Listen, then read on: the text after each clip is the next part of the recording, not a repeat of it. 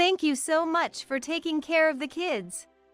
Margaret, my son's wife, said cheerfully. Don't mention it. We were looking forward to seeing our grandchildren too. I'm relieved to hear that. Taking care of the grandchildren is truly a pleasure, isn't it? Then, with a sly smile, Margaret makes an outrageous demand. Since it's such a joy to see your adorable grandchildren, I'll be charging $500 per child. You're joking, right?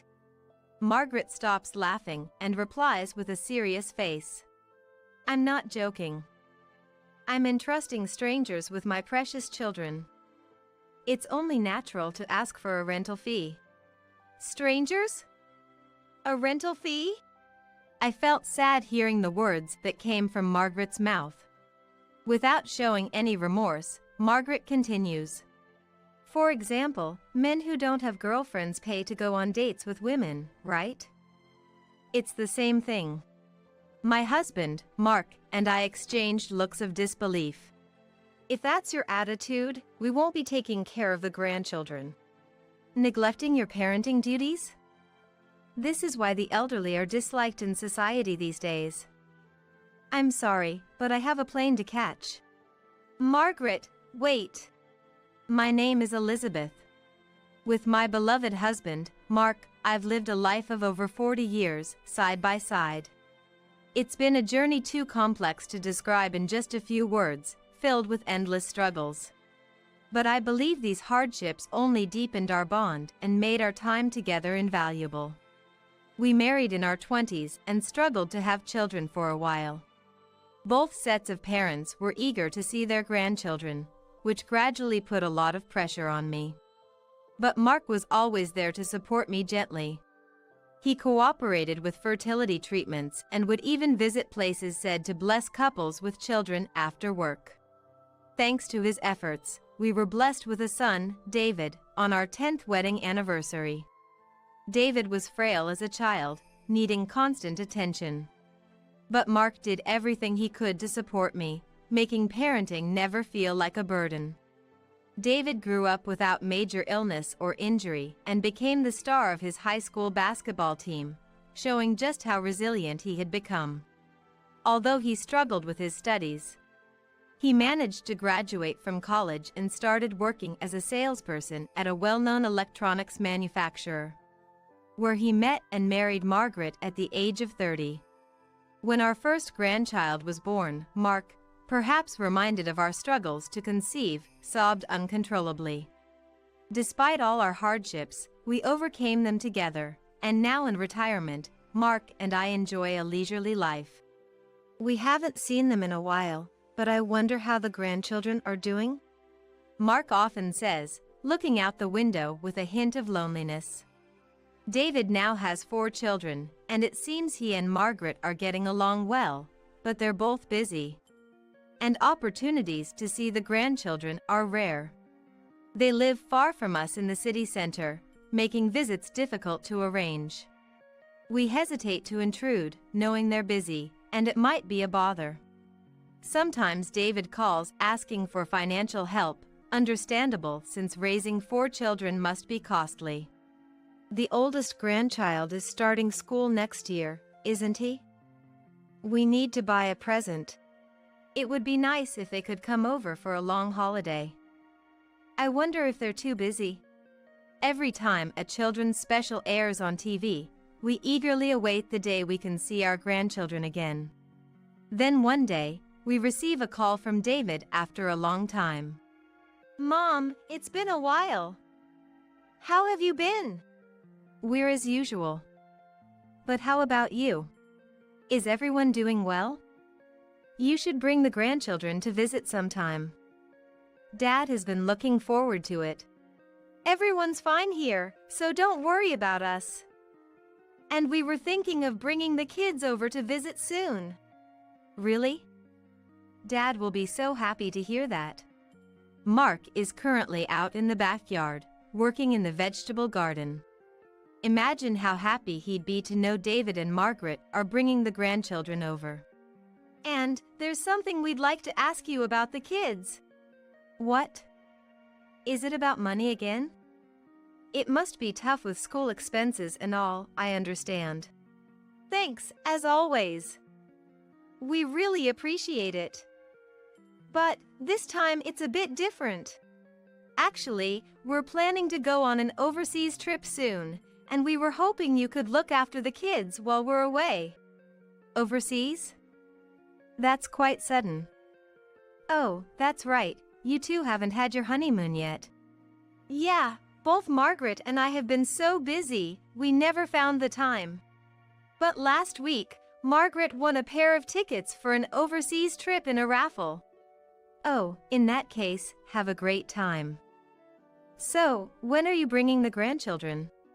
We'll all come over this Saturday, so please wait for us. The kids are looking forward to seeing Grandpa and Grandma. Is that so? Then I'll prepare some delicious food and wait. Even after hanging up, my excitement couldn't be contained. When Mark came back from the field and saw my face, he asked with a smile, "What's up? You seem like you've received some good news."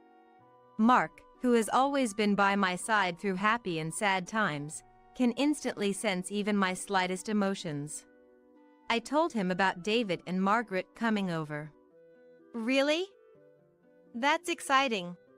On the promised Saturday, David and Margaret arrived with their 4 grandchildren. As soon as their car stopped in the parking lot, I couldn't wait any longer and rushed out the front door. Mom, it's been a while. Glad to see you're doing well. David, getting out of the driver's seat, greeted me with his usual smile.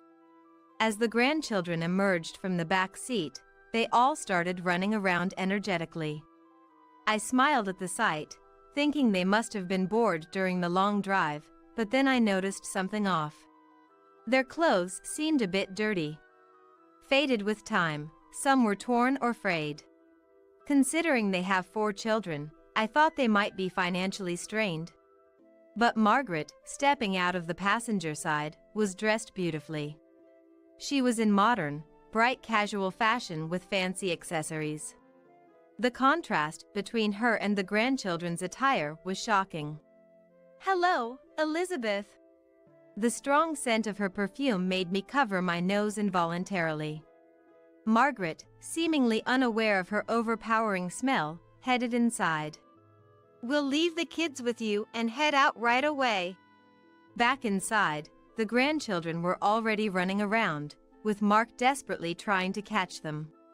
"Try to escape from Grandpa." "Dear, I understand you're happy, but please don't overdo it." Mark was already out of breath and patting his back. "I want to ride on Grandpa's back." As one grandchild climbed onto Mark's back, the others gathered around. "Elizabeth, thank you so much for willingly taking care of the children," Margaret said with her lively tone. "It's nothing.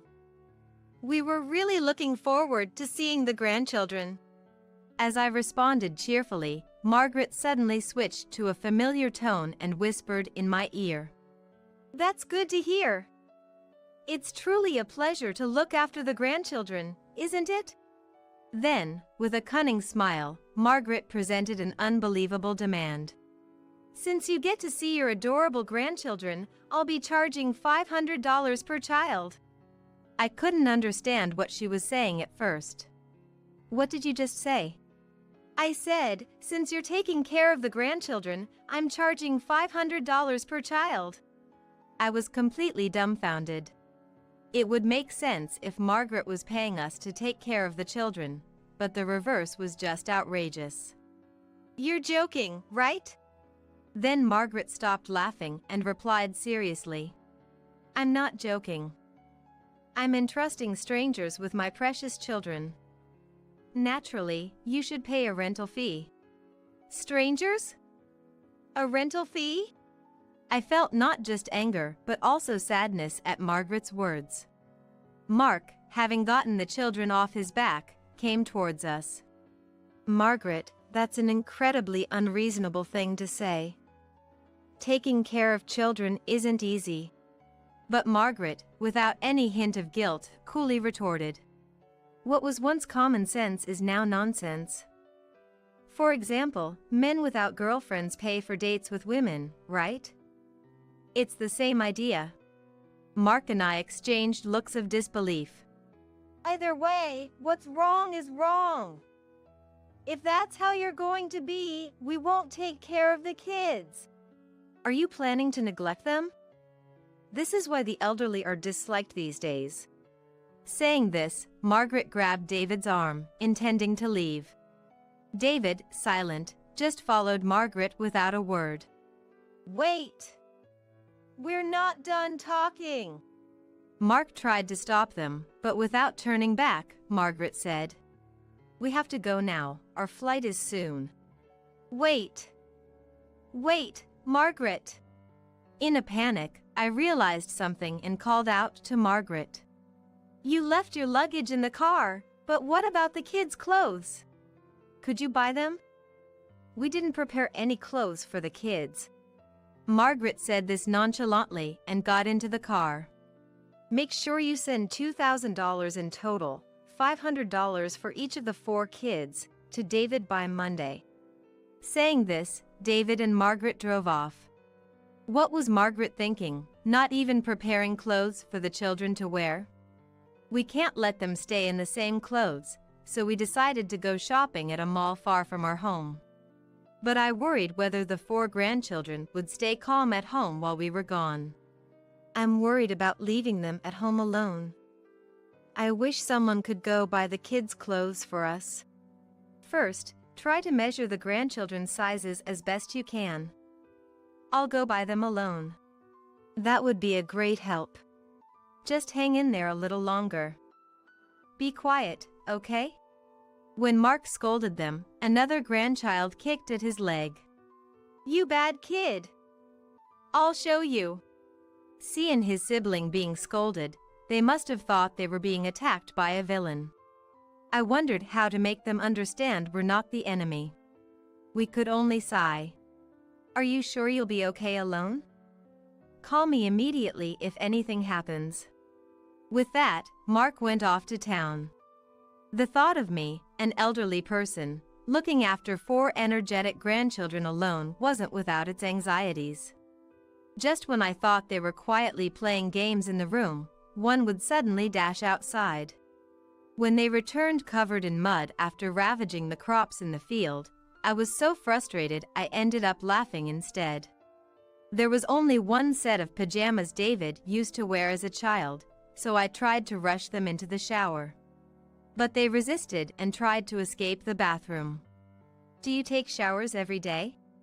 Ever since the kids arrived, I had been concerned about a certain smell.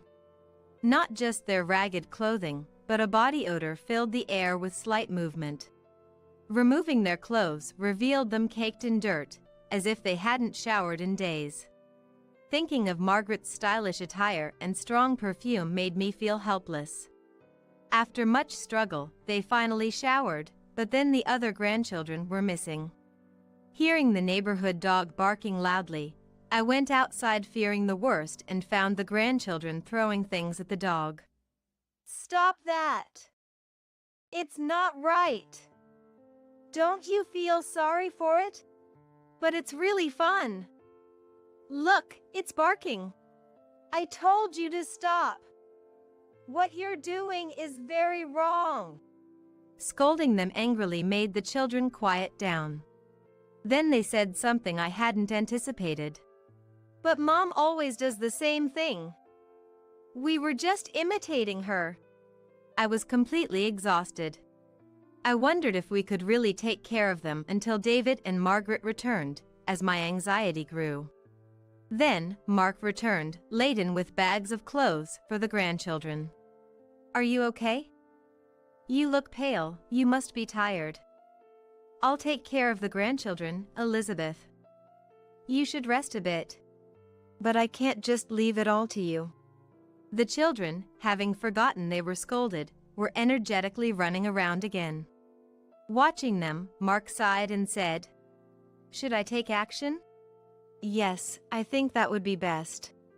Continuing as things are, our strength won't last, and more importantly, it's not good for the grandchildren's education. Because we love our grandchildren, we need to help them become decent people, so I agree with Mark's suggestion. Mark and I took the grandchildren to a boarding school deep in the mountains. It's been a while. We're in your care again. This time it's the grandchildren? They do remind me of David. In truth, when David went through a rebellious phase and refused to attend school, we had placed him in this boarding school. Unaware of the harsh life ahead, the children looked around curiously. On the first day, the grandchildren struggled to wake up past the designated time. Likely because they were used to staying up late playing games. They finally got out of bed when a staff member came to wake them. They hadn't ever tidied up their bedding themselves, so reluctantly, I showed them how at first. Do it like this. You've always seen Mom do it, right? One of the grandchildren shook their head. I've never seen Mom tidy up the bed. Really? So the bed stays like that? I was astounded but not surprised given Margaret's behavior. After waking, they were supposed to gather in the hall. But the grandchildren couldn't stay put and tried to wander off, quickly being brought back by staff. The breakfast was simple, to the grandchildren's dissatisfaction. There's no meat. It's too bland. I want instant noodles. That's not available here, Mark said, and the grandchildren sulkily clicked their tongues but eventually started eating in silence. After breakfast, they had to clean their rooms. Having never cleaned or tidied before, I taught them how to fold their clothes first. Go ahead, try it. The grandchildren attempted to fold their clothes, but initially, they couldn't do it well. However, after repeated tries, they got the hang of it and could fold nearly as well as we could. Dinner also had to be prepared by themselves. The grandchildren showed a sense of accomplishment with their first cooking experience. After dinner, there was a social gathering, and although they were exhausted from the unfamiliar hard work and dozed off at first, by the third day, they seemed to have gotten used to the work. If you treat others with consideration, good things will come back to you manifold. The children listened intently to the staff's words. Don't make the weak suffer or cause them pain. Don't be selfish and inconvenience others. If those around you are happy, it will come back around, making you happy too. By the time we left the boarding school, the grandchildren had stopped being so selfish. One of them, seeing me struggle with heavy luggage, stepped forward to help. I'll carry it. You rest, Grandma. Thus, the grandchildren's one-week boarding school program ended successfully. On the way home, I noticed many missed calls from David on my mobile phone. Margaret and he must be enjoying their trip abroad. Thinking this, I cheerfully called back, and it was Margaret on the line. What's going on? We've been waiting, but there's been no payment. Margaret was ranting irritably on the phone. There was poor reception at the boarding school, so we hadn't been in contact. I remembered Margaret demanding that we send $2,000 by Monday before they left for their trip. Why are you so upset? Is something wrong? Given her insistence on money before they left, it seemed they planned to enjoy their trip with our money from the start. Now that their plan fell through, David and Margaret appeared to be in trouble. Don't joke around. Make sure you transfer $2,000 today. Margaret's commanding tone irritated me. I couldn't help but wonder if that was the proper way to ask for something. I have no intention of giving you money, so enjoy your trip and don't forget souvenirs for the children. That's ridiculous. What you're doing is no different from theft. If you want to sue, go ahead. I doubt the police will bother with something like this, and you'll only embarrass yourself. Just so you know, Margaret, I have no intention of supporting you and David anymore. And I will ensure the inheritance goes directly to the grandchildren. We're the ones looking after the children. Supporting us is also for the children's sake. Wait a minute. What are you thinking, Mom? David, having snatched the phone from Margaret, spoke in a frantic tone. This is something Dad and I decided together. We're tired of financially supporting you. From now on, fend for yourselves. Responding to David's panic, I spoke in a calm, instructive tone. Don't be ridiculous. I can't believe you'd say something so cold. Margaret apparently took back the phone. Her condescending remarks resumed. You always said how much you love the grandchildren. Supporting us is also for their sake. You were happy when David was born, weren't you? Through the fertility treatments and the difficult birth, I've heard. Yet, you're willing to abandon David, your own child, after all that pain? Remember, supporting us is for the sake of your adorable grandchildren. Let me talk to her. Mark, who had been silently listening, took over the phone. You really have some nerve. Are you and David even parenting properly? Their clothes are tattered, and they hadn't been showered, had they? There was silence on the other end, with no comeback. I took the phone back from Mark and spoke my mind to Margaret. Children grow up watching their parents. Their bodies might grow on their own, but empathy for others must be taught. Come on, Mom. This isn't the time for such discussions. We really need money right now. Stop being childish, don't depend on us forever. As I scolded him over the phone, one of the grandchildren tugged at my sleeve. There's no need to pay. Even the young one could sense something was wrong with their parents' attitude, saying so with a resigned sigh. If the grandchildren are ever in trouble, I'll help. But I have no intention of supporting you two anymore. Be prepared for that. With that, I unilaterally ended the call. I gently stroked the head of the grandchild who looked up at me worriedly, and they smiled back. Although they said they'd be away for 2 weeks, David and Margaret returned earlier. They had relied on parental support and didn't plan ahead, ending up with almost no money left. They didn't even bring back souvenirs. Both looked utterly exhausted when they came to pick up the children. We never should have left the children with you. Margaret started complaining as soon as she entered. I guided David and Margaret to sit on the living room sofa. As I mentioned on the phone, are you really taking care of the children? Their clothes were torn, and they hadn't been bathed. This is clearly neglect. Neither David nor Margaret could find the words to respond. We handed over the grandchildren for the time being, but soon we heard rumors. The children were always seen in the same clothes, and neighbors complained about the smell. Sometimes, Child Protective Services visited David and Margaret's apartment. Eventually, the rumors of neglect reached the executives at David's company. In line with recent social awareness, the company called David in for a warning to prevent further issues. Afterward, we revised our will as we told David and Margaret, leaving 90% of the inheritance to the grandchildren and the rest to David and Margaret. The grandchildren, perhaps suited to the boarding school, have since become calmer.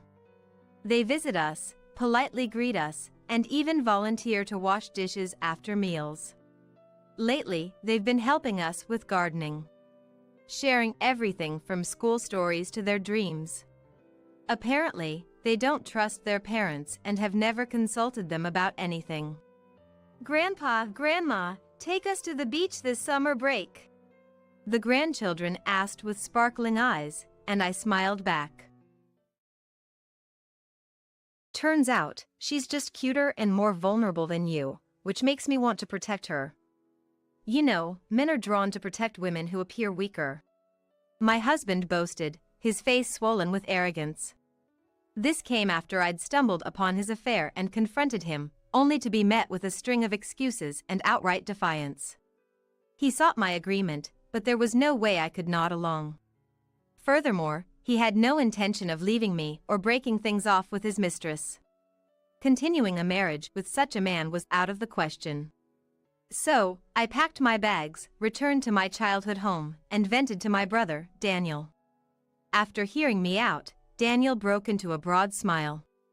"Well, that's great news. What's great about it?" Hearing about my sister being cheated on, and his first reaction is "that's great?" I couldn't help but yell at him, but Daniel just kept smiling. And then, I noticed the fierce anger hidden behind his smile, an emotion that didn't quite match his expression. "My name is Aria, and I'm 31 years old. Anthony, my husband, was a colleague at the same company. Since joining, we'd consult each other on work, collaborate, and eventually became friends who could talk about anything. We'd often go out for drinks, discussing not just work but also personal matters, deepening our bond. After a company party a few months later, Anthony confessed his feelings for me as we were leaving. Attracted to his bright, sociable nature and his kindness, I didn't hesitate to accept his proposal, and we began dating. Our relationship flourished as we continued to share meals and consult each other on work. Both of us loved exploring new places, leading to trips on weekends and vacations abroad. Spending more time with Anthony, I found myself increasingly drawn to him, eventually realizing I wanted to be with him forever. That moment in our 5th year at the company, when Anthony surprised me with a proposal, remains unforgettable. In a private room of a glamorous restaurant, opening the ring box, I was so moved that tears wouldn't stop. I had no reason to refuse, so I immediately accepted the proposal.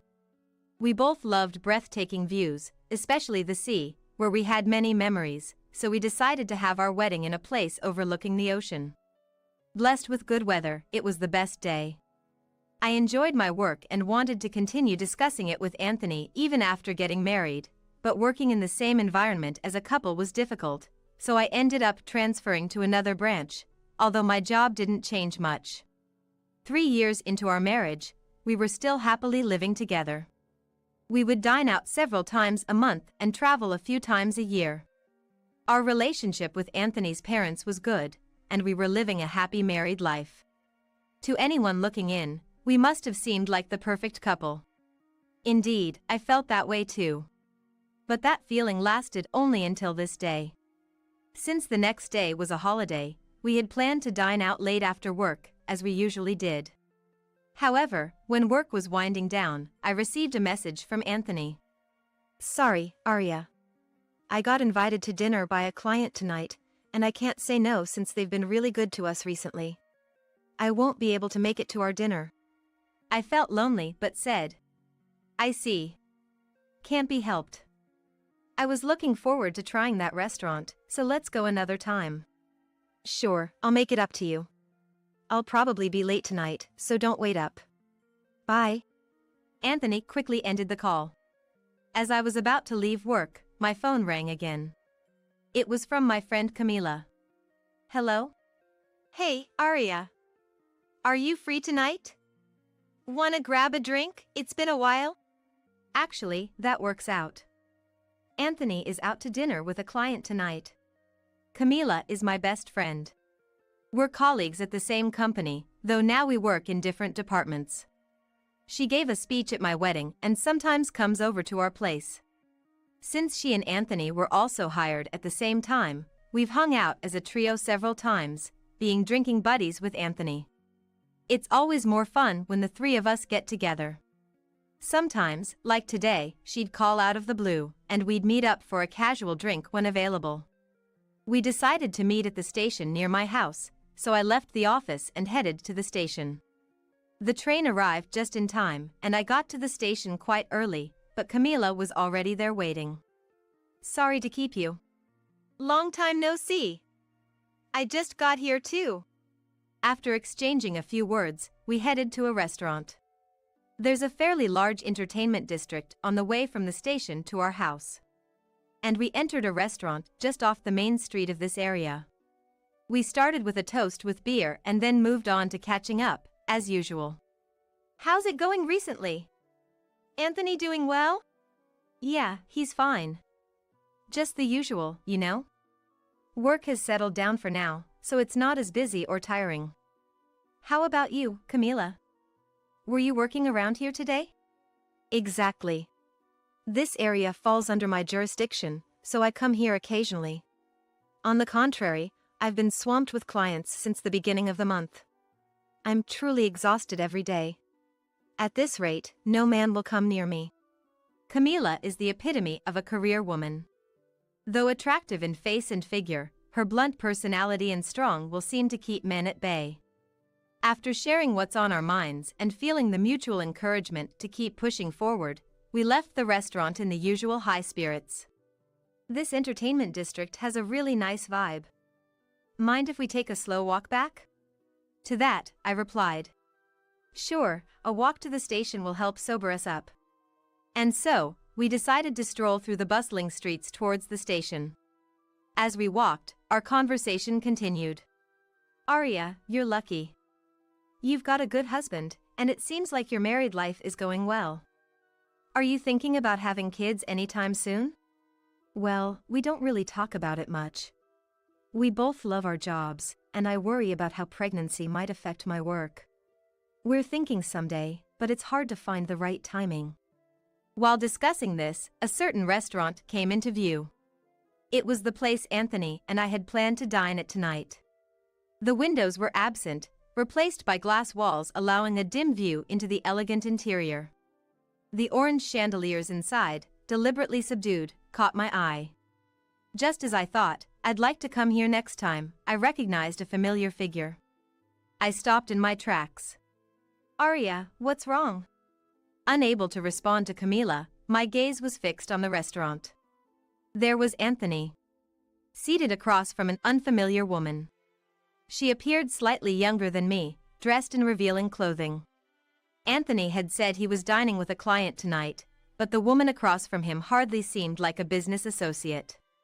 They were chatting and laughing together. Isn't that Anthony? What's going on? Camila seemed to have noticed Anthony inside as well. I was too shocked to know what to do. Seeing my state, Camila suggested, Arya, maybe you should confront him directly? Yeah, you're right. I took out my mobile phone from my bag and took a photo of Anthony and the unknown woman. As I began to calm down, anger started to bubble up. Upon reaching the station, Camila offered, should I come with you to confront him? Having both of us there might make Anthony more likely to tell the truth. Thanks, but it's a family matter. I'll talk to him myself. I declined her offer and we parted ways. On my way home, I struggled to contain the growing anger. About an hour after I arrived home, Anthony returned. I'm home. Welcome back.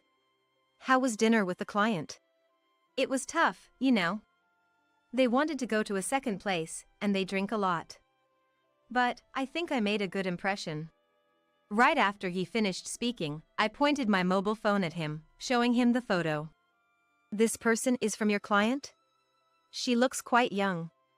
Dressed not quite for work. Did she change before meeting you, Anthony? What? Why? You didn't follow me, did you? Of course not. I was dining out with Camila. We just happened to see this on our way back. Is this person really a client? Choosing such a fancy restaurant for dinner, from which company is she?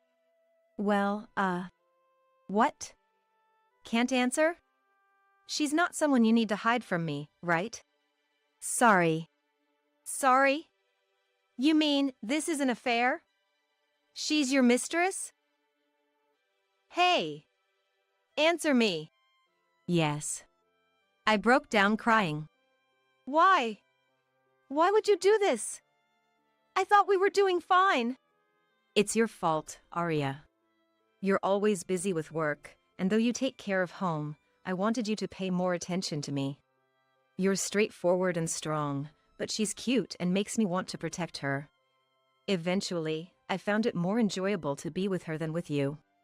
Hearing those words was a shock. No longer feeling any affection from him. Clearly preferring his affair partner. I would have preferred he just said it was a friends with benefits. I couldn't stay any longer, packed what I needed, and left the house. dragging my carry-on, I caught the last train home. The journey back home felt longer than usual. I don't remember what I was thinking. Maybe I was too hurt to think about anything. Next thing I knew, I was in front of my parents' house. I had a key but hadn't called ahead, so I rang the doorbell. Daniel, my brother, opened the entrance door. Daniel? Hey! Long time no see. What brings you here at this hour? Daniel is a workaholic. After graduating, he worked for a major company for 3 years before starting his own business. His sales have been growing steadily, and now he's the president of a company with dozens of employees.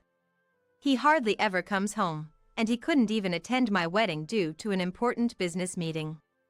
I knew Daniel got married a year ago from our parents, but since there was no wedding ceremony, I had only briefly greeted his wife, with whom I hadn't formed a close connection. It had been years since I last saw Daniel. Daniel, what about you? How are mom and dad? Haha. What about me? It's my parents' house too. I finally got a long vacation, so I thought I'd come back and do some filial piety. By the way, they're currently on a trip to Hawaii, using the travel vouchers I gave them. Never thought I'd be house-sitting. His cheerful demeanor hadn't changed. A bit too carefree, but he's the type to make bold moves. I could imagine his employees finding it a pleasant place to work. So, what brings you here at this time, Arya? I was taken aback by Daniel's presence, momentarily forgetting why I had come home. Sorry. I just had some trouble at home.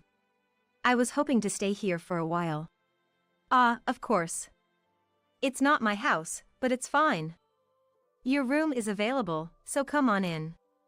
Once you're settled, I'll make some coffee and you can tell me all about it. I felt comforted by Daniel's warmth. After setting down my bags, I decided to take a shower to freshen up. I felt a bit better, but I couldn't calm down. Anger was bubbling up inside me. When I entered the living room, Daniel was watching TV. Refreshed? I'll make some coffee then. As Daniel turned off the TV and I sat down, I began to tell him about the day's events over coffee. How we had been getting along as a married couple. How we had planned to go out to dinner as usual. How he canceled because he said he was going out to dinner with a client. How I ended up drinking with Camila. And, showing the photo on my mobile phone to Daniel, I told him. On the way back from drinking, I saw Anthony and this woman at the restaurant we were supposed to go to. When I confronted him after he came home, he admitted to having an affair with her, saying she was cuter and made him want to protect her more than me. I told the story through tears. Daniel listened to me until the end, looking at my mobile phone. When I finished, he looked up and said something I never expected. I thought Daniel would comfort me, tell me to leave such a man, and be on my side. However, Daniel, with a wide smile, said, Arya, that's great. I slammed my hands on the table and stood up in disbelief.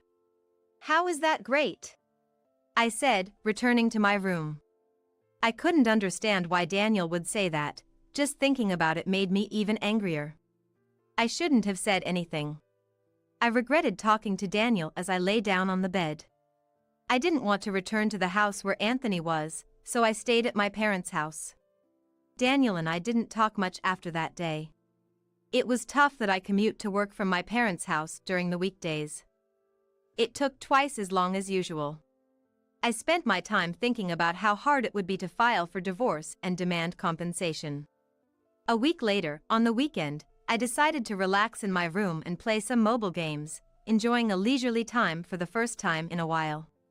Just as I was thinking about getting some lunch, the doorbell rang. Who could that be? It was unusual to have visitors, so I went to the entrance. Then, there was Anthony. And he was apologizing to Daniel, who stood there imposingly. Why, though? Shouldn't he be apologizing to me, not Daniel? Then I heard Daniel's voice.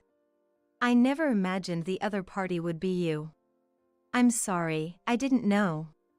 Anthony was still apologizing to Daniel. Layla's cuter and needs protection, huh? Layla? The only Layla I knew was Daniel's wife. Confused, Daniel continued. Lately, Layla's been acting restless and clearly hiding something from me. Her expressions when I talked to her weren't right, so I started suspecting an affair. I was considering hiring a detective, and right then, Arya came back home. I was shocked when Arya showed me a photo of your affair, and there was Layla in it. Sad but also surprised that it was a family member involved. You never know what's going to happen. This will make the divorce court and compensation claims easier, though. I was speechless. Turns out, Anthony's affair partner was Daniel's wife, Layla. The woman Anthony had been dining with wore heavy makeup, completely unrecognizable to me. It had been a while since I last saw her, and I didn't remember her wearing that much makeup. When you contacted me, I truly felt sorry for what I had done. I will cut off all contact with Layla, so please forgive me. Apparently, Daniel had reached out to Anthony about the affair. Daniel noticed me standing there, stunned. Oh, Arya. You heard the conversation? Yeah, most of it. Good. Now we have all the information we need on Anthony and Layla, his affair partner. This will make it easier to file for compensation in the divorce proceedings. It's good you came home, Arya. Daniel said to me with a smile. So that's what it was. At that moment, I understood the meaning behind Daniel's words from a week ago. Why he had said that's great. What was Daniel feeling at that time? He was trying to comfort me, but maybe he was also speaking to himself. Thinking about Daniel's feelings, I decided to divorce Anthony and claim compensation in the divorce proceedings. Arya. It's my fault. Please forgive me. I can't pay the compensation if you demand it in the divorce proceedings. I ignored Anthony's plea for help. I'll contact you later with the details. Be prepared. Daniel then kicked Anthony out of the house. Afterward, Daniel told Layla about the divorce and filed for compensation. Layla initially resisted but seemed to accept the demands after discussing Anthony. I also demanded a divorce and compensation from Anthony. After being clearly told by Daniel, Anthony complied without resistance. When the divorce was finalized, I received a call. It was from Anthony's mother. Expecting a scolding, I hesitantly answered, but heard an apology instead. She was sincerely sorry for his actions. It seemed Anthony blamed Layla for the divorce, and Layla blamed Anthony, leading to their breakup. His parents apologized repeatedly for their son's inadequacies and said they had disowned him. Hearing this from them, I felt a sense of relief. Anthony was now disowned by his parents, with no one to turn to, left alone. I decided to start anew. Every month, the compensation from Anthony was deposited, but one day, he showed up at my parents' house, asking to reduce the compensation. Please, can you reduce the compensation? No way. Do you understand how I felt being cheated on? There's no reducing the compensation unless my feelings are healed. Leave. I turned him away. Yet, he kept coming back, week after week, asking for a reduction. The compensation won't change no matter how many times you come. If you keep this up, I'll call the police. I responded calmly. But Anthony apparently didn't believe I would actually call the police.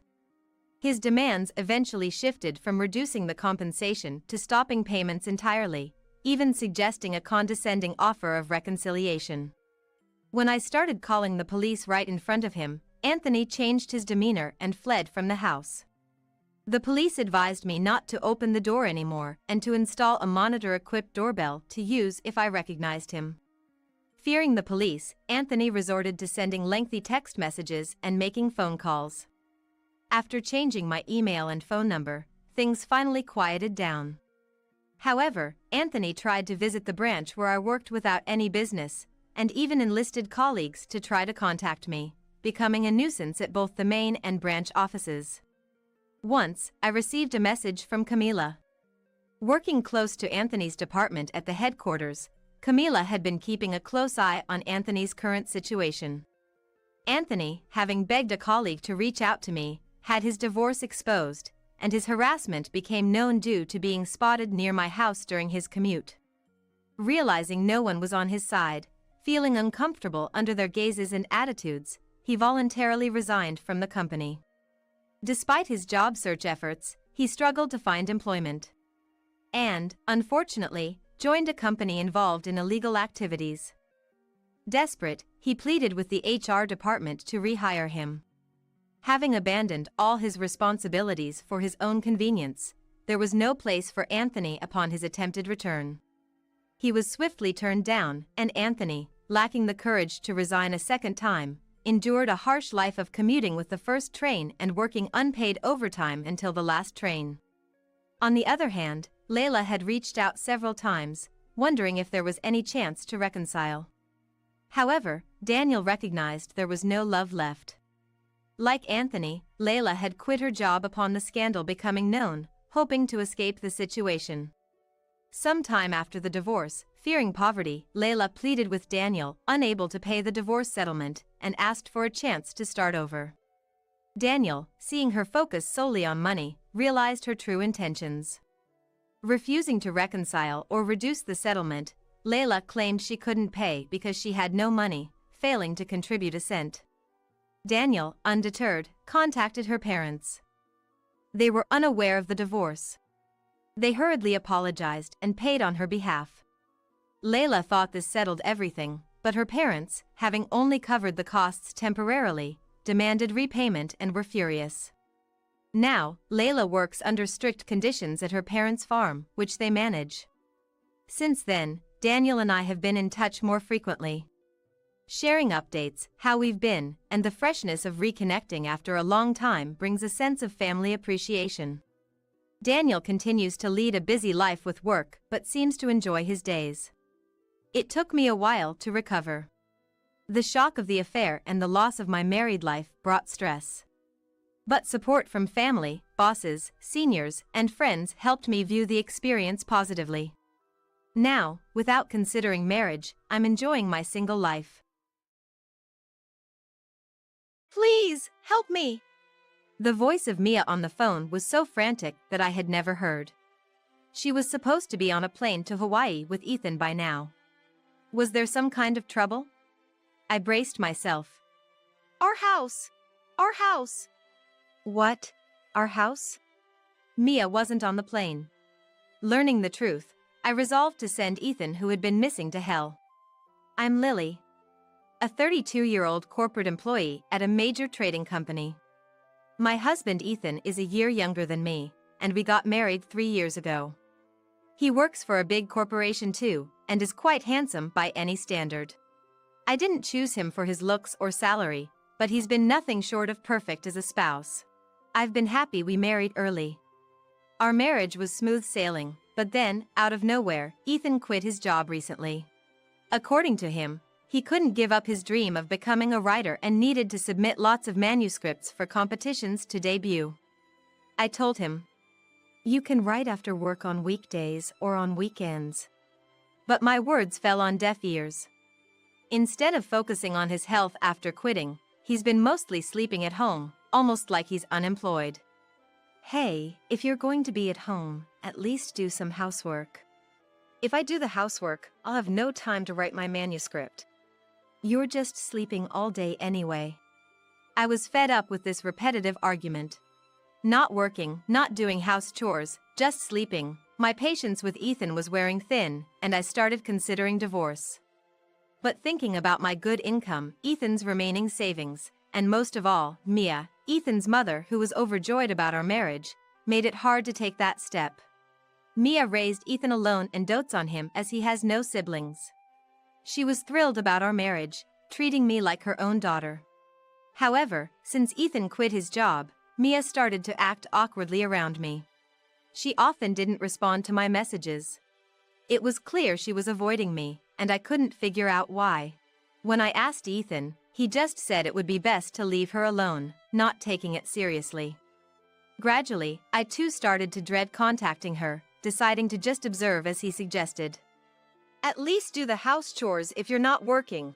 I'm doing all the work and house chores, while you just sleep all day. That day, my anger finally erupted. Ethan was talking about a deadline for some competition, but he wasn't acting like it. He complained about me being slow to prepare lunch while I was working remotely. I couldn't stay silent after that. It turned into a fierce argument. "You're always working too, never make a decent meal. What, should I just not eat? Your lazy behavior without working is only possible because I'm out there earning our living expenses, right? Your savings hardly make a dent in our costs." Being called out for not working and being supported by me, Ethan's face turned red with embarrassment and he started shaking. I thought if he got violent, I'd leave the house right away, but thankfully, that worst-case scenario was avoided. Without saying a word, Ethan stormed out of the house. Watching him leave in his casual clothes, with just his mobile phone and wallet, making deliberately loud footsteps, I felt like I was looking at a petulant child. The only place he could go in that getup would be his parents' house. I thought of warning Mia in advance about Ethan possibly causing trouble, but, as usual, she didn't answer her phone. He sneaked back home later that night, but from that day on, our conversations dwindled, and he started avoiding me, going out more frequently. For an unemployed Ethan, his destinations were limited, usually his parents' house, and sometimes I'd find receipts from internet cafes. I tried to initiate conversations several times, but each time, he would escape to his room or just leave the house. I gave up on repairing our relationship and started preparing for a divorce. I thought it best to inform Mia about the divorce. I sent texts and made calls, but got no response. Even when I asked Ethan that something might have happened to her, he just said she was fine. Considering how often he visited his parents' house, I believed him, but I started doubting his whereabouts. I could just ask Mia how often he visits her, but I couldn't get in touch with her. I thought about investigating his whereabouts myself, but with work and household chores, I didn't have the time or energy.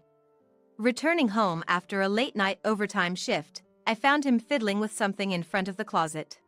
"What are you doing up so late?" Welcome back. Actually, I'm planning to take Mom to Hawaii tomorrow, just packing for the trip." "Tomorrow? That's quite sudden." Unconcerned by my surprise, he happily packed the luggage. I knew Mia always wanted to go on a trip.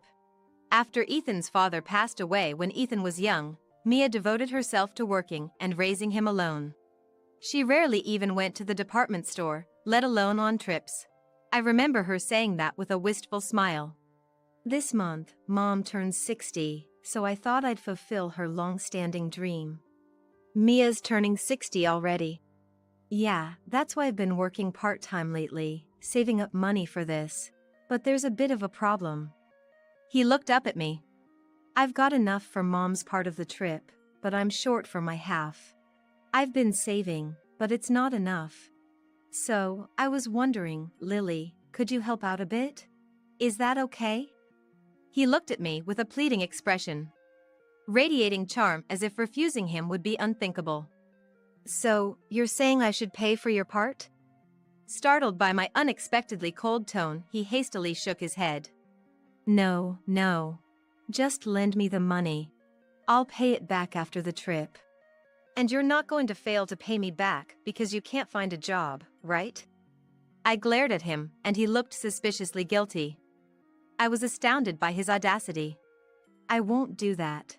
Trust me, I can even write a commitment form if you want." "All right, let's do that." I pulled a piece of paper and a pen towards me. "After the trip, you'll get a full-time job and start paying it back. No part-time jobs, understood?" He grudgingly agreed, though he seemed reluctant. "And if you can't pay back, we'll divorce. We'll settle it in court with a third party." "Divorce?" He looked visibly unsettled.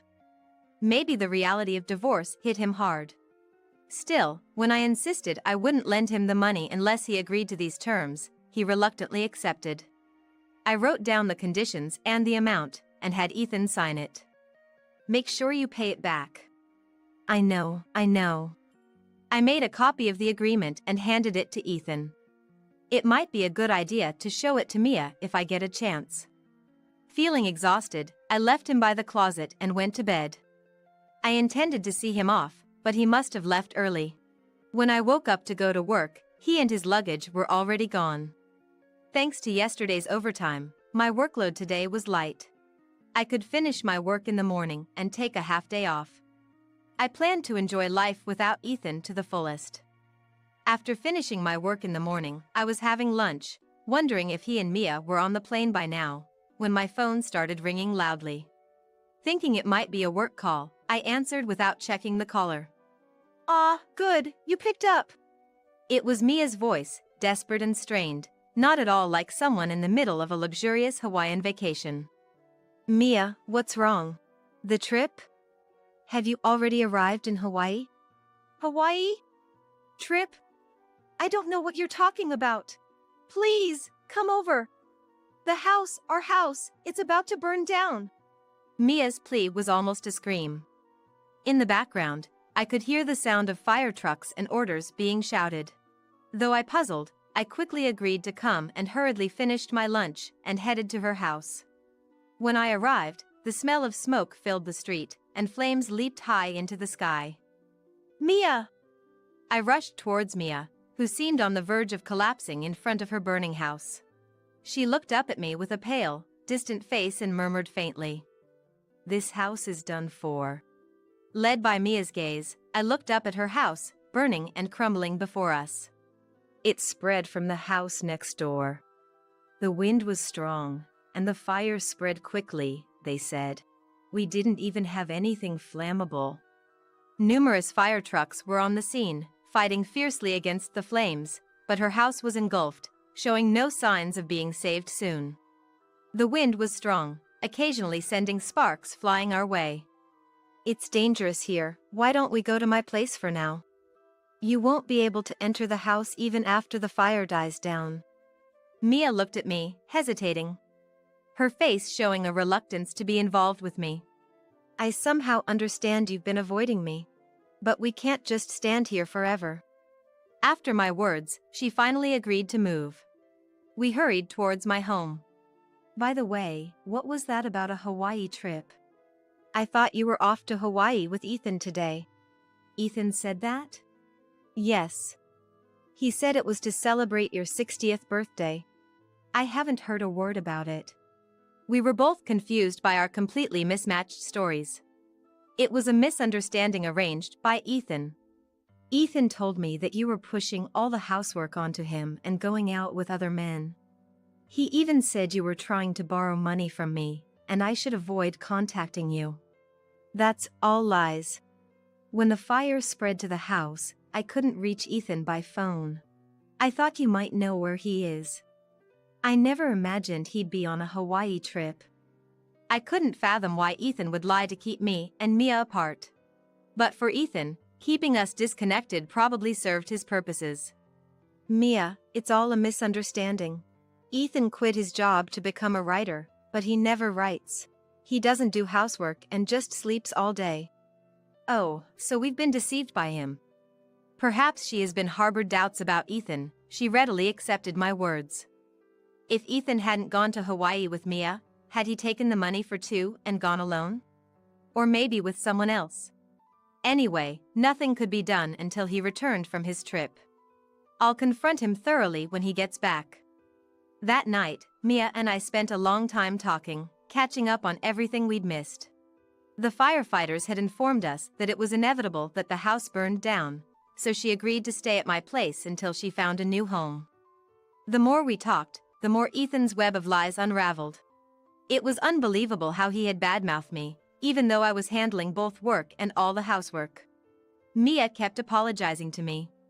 But it wasn't her fault, it was Ethan's. We waited for Ethan to return. "What's this all about?" For days later, Ethan, oblivious to everything, cheerfully returned home, only to be dragged by Mia and me to the remains of Mia's house. Ethan was speechless in front of the burnt-out house. "Ethan, you lied to Mia and me, and leisurely went on a Hawaii trip while everything burned down." "Lies? What are you talking about?" He was visibly shaken and unsettled. Before I could say anything, Mia stepped forward. "Ethan, aren't you ashamed? Lying to Lily to get money. Who did you go on the trip with?" Her anger was fierce, and I involuntarily stepped back. At first, Ethan tried to retort, but the glares from both Mia and me left him speechless. Wouldn't it be better to just admit it? If we go to court like the commitment form says, you'll lose immediately. I haven't said I won't pay it back yet. You never intended to, right? I know about your real job, Ethan. He glared at me, trying to hide his panic. What are you talking about? Rent a boyfriend. Did you enjoy your trip with your client? If your company finds out, you'll be fired for violating the rules. At my accusation, he gasped. Mia had told me about his secret job the night she stayed at my place. She didn't know what he did, but she mentioned he often came to her house with envelopes bearing a store's logo. Relying on her memories, I found a Rent-A-Boyfriend website. Though his mouth was covered with a heart stamp in the pictures, it was clearly Ethan, and he seemed to be quite popular in sales. I admit I've been working, but the trip was different. As he tried to resist, I showed him the screen of my mobile phone. He looked at the image and stood there, stunned. That dumb woman. It was a disaster that you went on a trip with her. On the screen was a photo of Ethan lying on a Hawaiian beach, smiling next to an unfamiliar woman. The date was from 2 days ago. The woman, mistaking Ethan as her real boyfriend, had probably uploaded the photo to social media. Apparently having no idea about the photo, he hung his head in defeat. With evidence laid bare, there was no escape for him. Ethan, trembling, fell to his knees. Please forgive me. I looked at Ethan's apology with a cold gaze. Mia, too, looked at his disgrace with a chilly stare. Sorry, but I have no intention of forgiving you. I brushed off Ethan as he begged for forgiveness, insisting that he was sorry. I turned to Mia, who continued to glare at Ethan with anger in her eyes. Ethan had been working secretly as a rent-a-boyfriend, and most of his earnings were lost to gambling. I confronted Ethan about his secret purchases of lottery tickets after he promised to work harder, and I decided to file for divorce. We agreed that he would pay back the borrowed travel money with interest. Mia, realizing his earnings as a rent-a-boyfriend, demanded he contribute to the rebuilding of her house. Though the fire had started from the neighboring house, its rapid spread was partly due to Ethan's actions. Apparently, he kept all the things he couldn't bring to our house in his room at Mia's house. This included stylish clothes for his rent-a-boyfriend job, scented candles, and trinkets that women like. His room was so filled that Mia had warned him several times, but he angrily refused to let her in, almost becoming violent. She tried to avoid his room as much as possible. Before leaving for his trip, he had rummaged through his room to get ready, leaving the dusty window open. He forgot to close it, and after the fire started, sparks flew into the room on the wind, quickly engulfing it. If he had closed the window or kept his room tidy, the fire might not have spread so badly. Although the neighboring house was primarily to blame for the fire, Mia, fueled by her anger at being deceived, demanded that he should compensate her at least partially. Ethan, intimidated by Mia and my collection efforts, apparently had been making quite a lot as a rent-a-boyfriend. He bragged about being able to pay off the debt easily, but he was fired from his job and faced a lawsuit for damages. At his rent-a-boyfriend agency, it was forbidden to go on overnight trips with clients. Meeting them without the company's knowledge and posting about dates on social media were also against the rules. He broke all these rules, leading to his dismissal. A client who had chosen him became furious after seeing the social media post from the woman he went to Hawaii with. This led to a loss of regular clients, and the company sued him for damages. Having once earned a high income as a rent-a-boyfriend, he was disillusioned with normal job salaries and struggled to find employment. However, he was eventually forced to use his savings and take part-time jobs to pay off his debts to various parties. Mia decided to live with me until her house was rebuilt. She took over the household chores, freeing me up from my busy work schedule. On weekends, we enjoyed movies together. Once my major project at work is completed, I plan to take a long vacation and fulfill her wish to go on a trip. Although I divorced Ethan, Mia and I found we had a lot in common and would like to maintain our good relationship. You know, I remarried a beautiful and young woman unlike you. My ex-husband Duke said to me with a vulgar smile. It's only been a week since our divorce, and he's already remarried. He probably was cheating on me even while we were married. For a while after we got married, Duke and I were a happy couple. We both loved kids and were conscious about having them right from the start of our marriage. I can't wait to have kids. I want a daughter and a son, Duke would say excitedly, imagining our future. But we struggled to conceive. Gradually, our relationship soured, and we ended up hating each other and divorced. A week later, I ran into him at a shopping mall, where I went to distract myself. My name is Lynn. A woman in her 30s and a corporate employee. I met Duke, who's 4 years older than me, through friends. And got married 3 years ago. Duke and I both loved kids and wanted to start a family early. I really hope we have kids soon. I'd like a daughter and a son, Duke used to say. Yeah, I don't mind the gender as long as they're healthy. But I do want more than 2, I would respond. We happily talked about what our kids might look like, what their personalities would be like, eagerly awaiting their arrival. However, even after 1 year, then 2, we couldn't conceive. During the first year, Duke said, "It didn't work out again. But no rush, we'll be fine."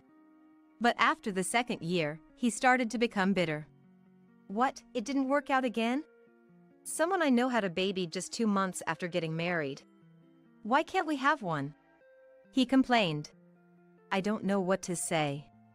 Our relationship deteriorated from that point. Duke's behavior became harsher, and I couldn't handle it alone anymore. I often confided in my best friend Johanna. Johanna always listened seriously to my problems. I see.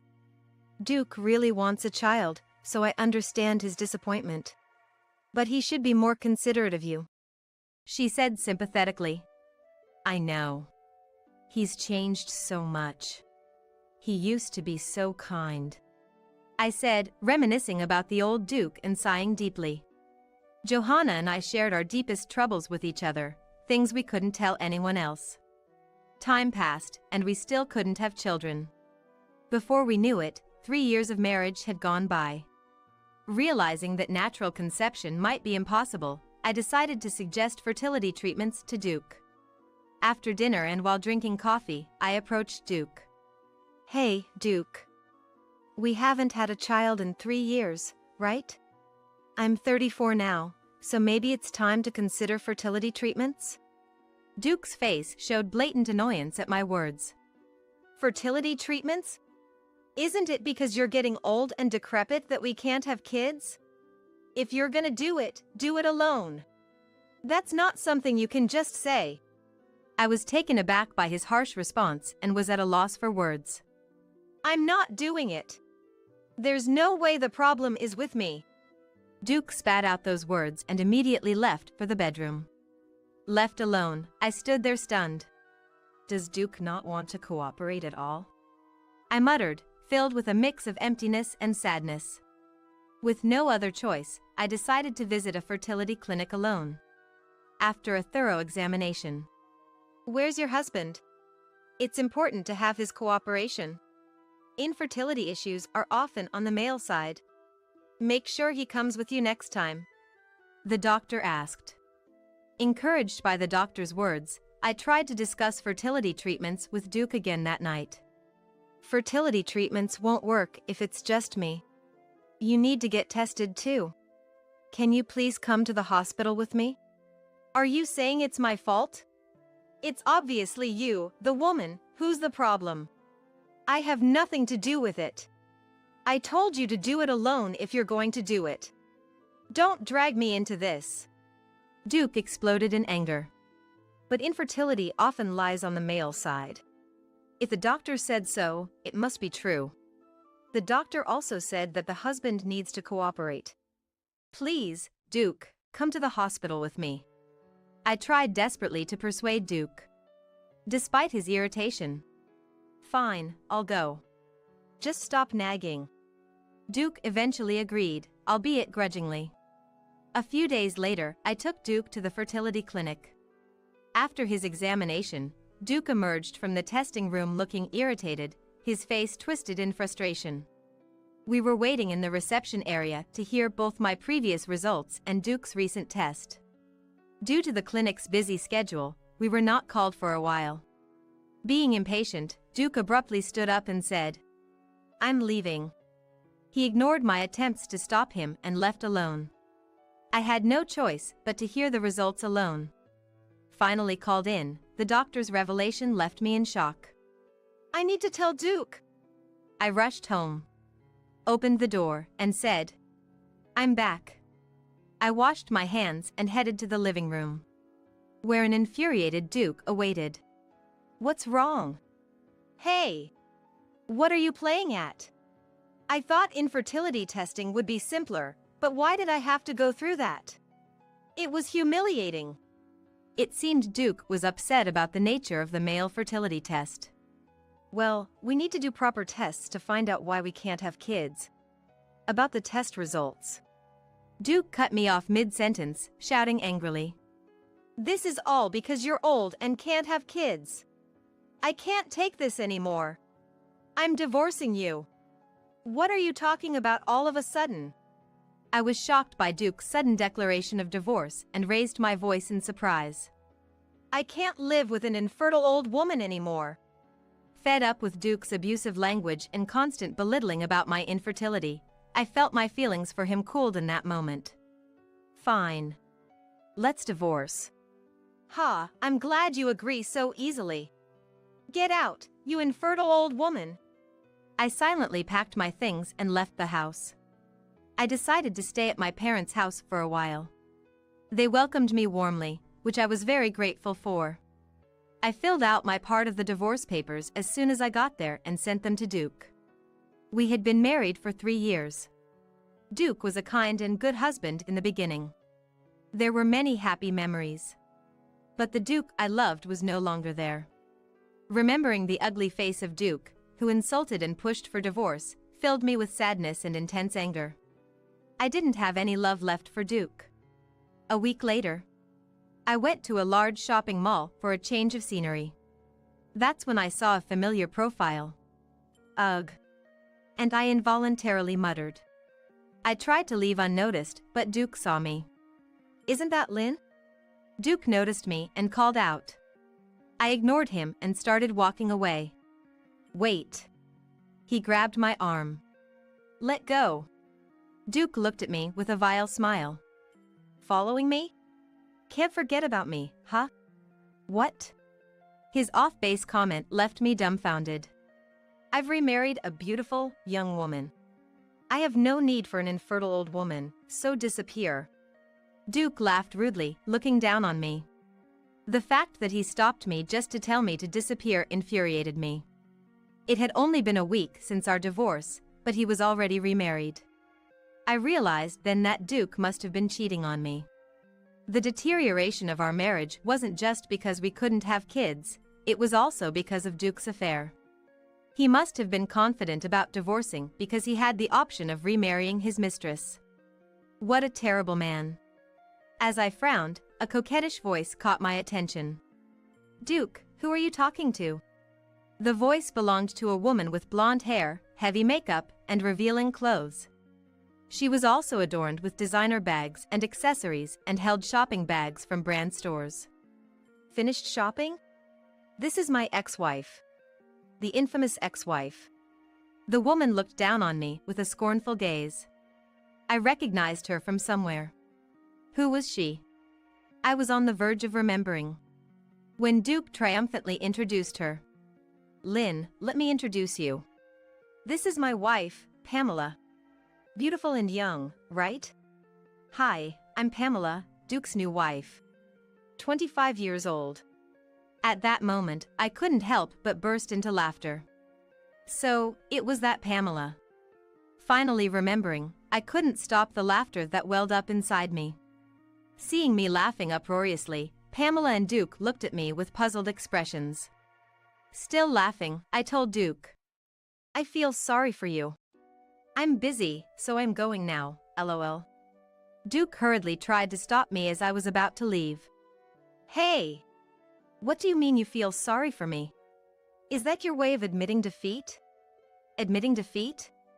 No way. Then what is it? Spit it out. Duke asked irritably. All right, I'll tell you. I turned to Pamela. I know who you are. I said. What? I don't know a dull, uninteresting, old woman like you. Pamela retorted, looking puzzled. What a rude thing to say. I asked Pamela coldly. Do you know a woman named Johanna? Johanna? Ah. It seemed she remembered. Pamela's face turned pale. Johanna? Isn't she Lynn's best friend? What does Pamela have to do with Johanna? Duke asked anxiously. I declared. She's the bar employee who tricked Johanna's boyfriend into spending money on her. And she dumped him the moment he ran out of money. What? Duke's eyes widened in disbelief. I heard from Johanna that her boyfriend had been deceived and spent money on a bar employee named Pamela. Despite the bar explaining it was just part of the job, he believed they were truly in love and bought her expensive bags and designer watches.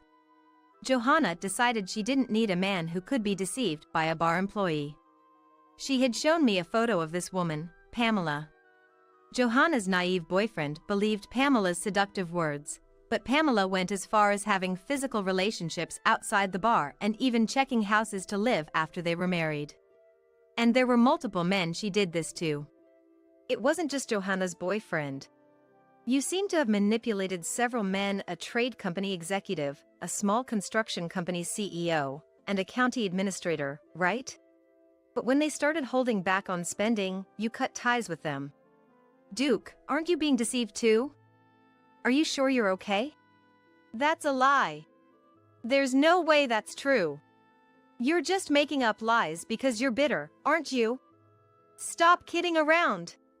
Duke was furious, refusing to listen to my warning. Exactly. I would never do such a thing. I don't even know who Johanna is, and I've never made her boyfriend spend money on me.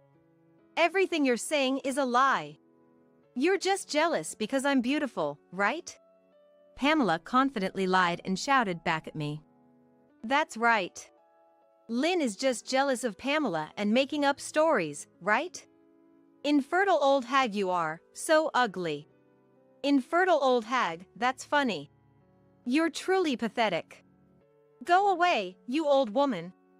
Taking advantage of my silence, Pamela and Duke unleashed a barrage of insults at me. Finding the situation ridiculous, I said, You don't have to believe me. I truly don't care about Duke anymore. Anyway, I wish you happiness. And left the scene. From behind me. It's all lies, right? Pamela, you're not deceiving me, are you?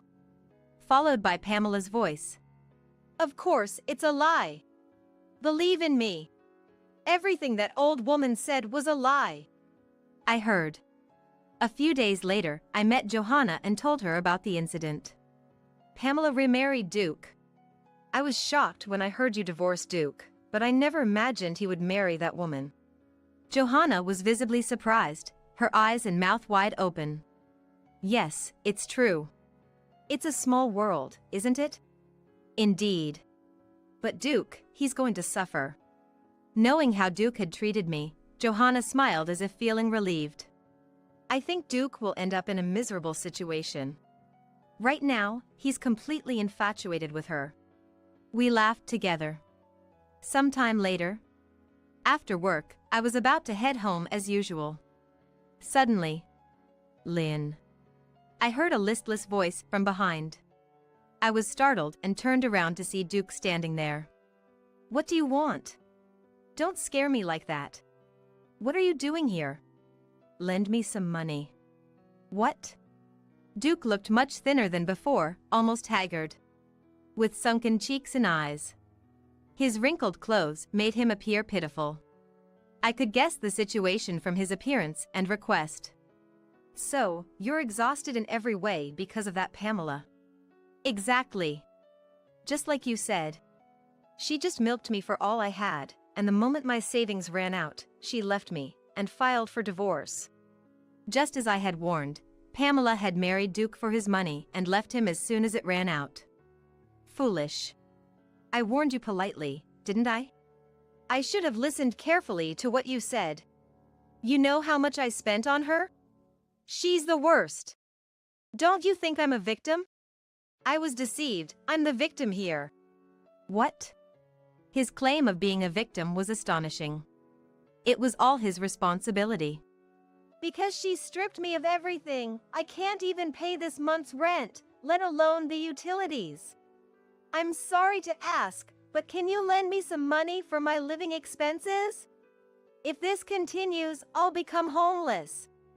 Duke's blatant opportunism left me utterly dismayed. Actually, I want to get back together with you, Lynn.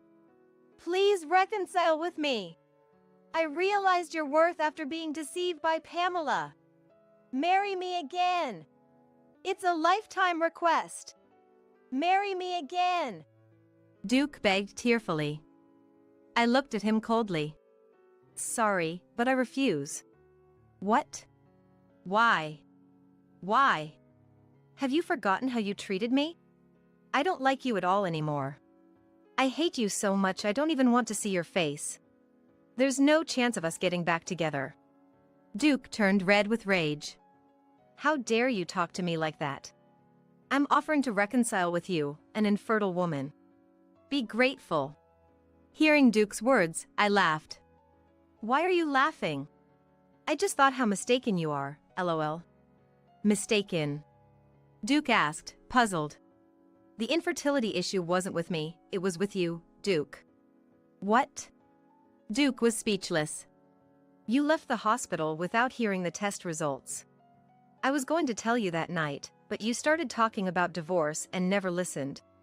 The results showed you have almost no fertility, and natural conception is almost impossible.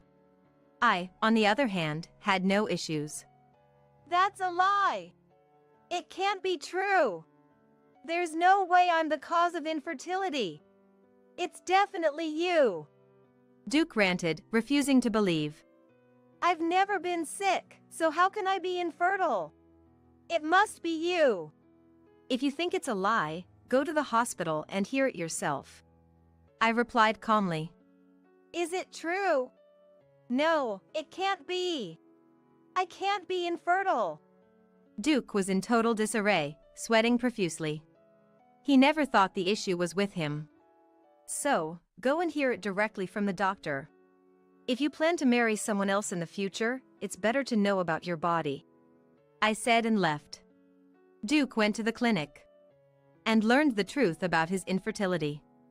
He called me several times, but I ignored them all. He then left voicemails. I was wrong. I'm sorry. Let's start over. Answer the phone. Please. I have no money. I'm in deep debt. Help me, Lynn. I deleted all his messages and blocked his phone number.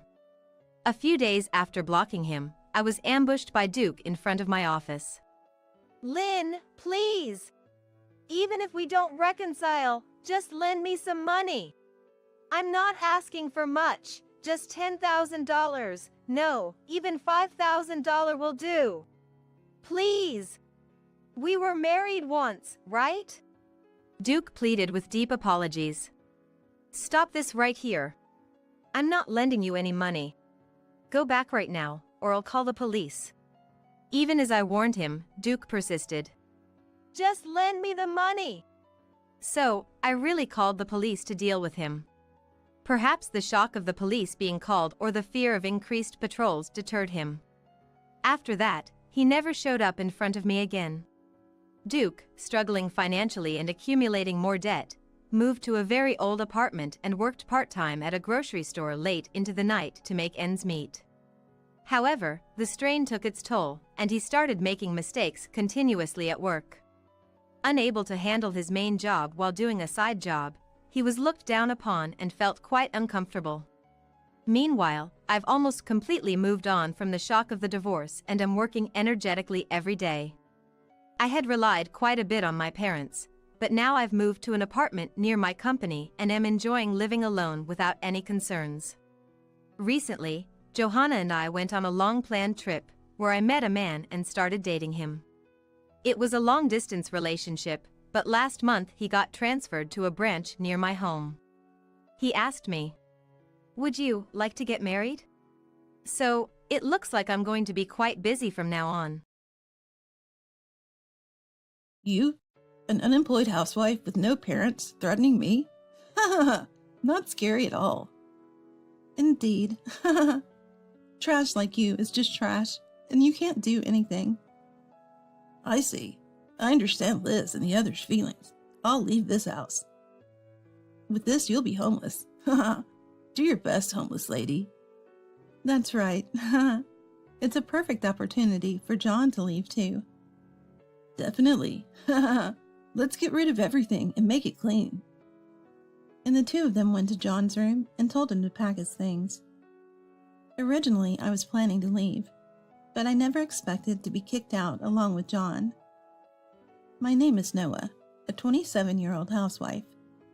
I recently married a man named Mark.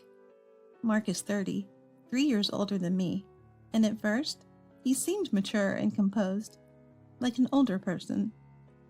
He often talked about Liz, mother-in-law, so I thought he must be a good, family-oriented person.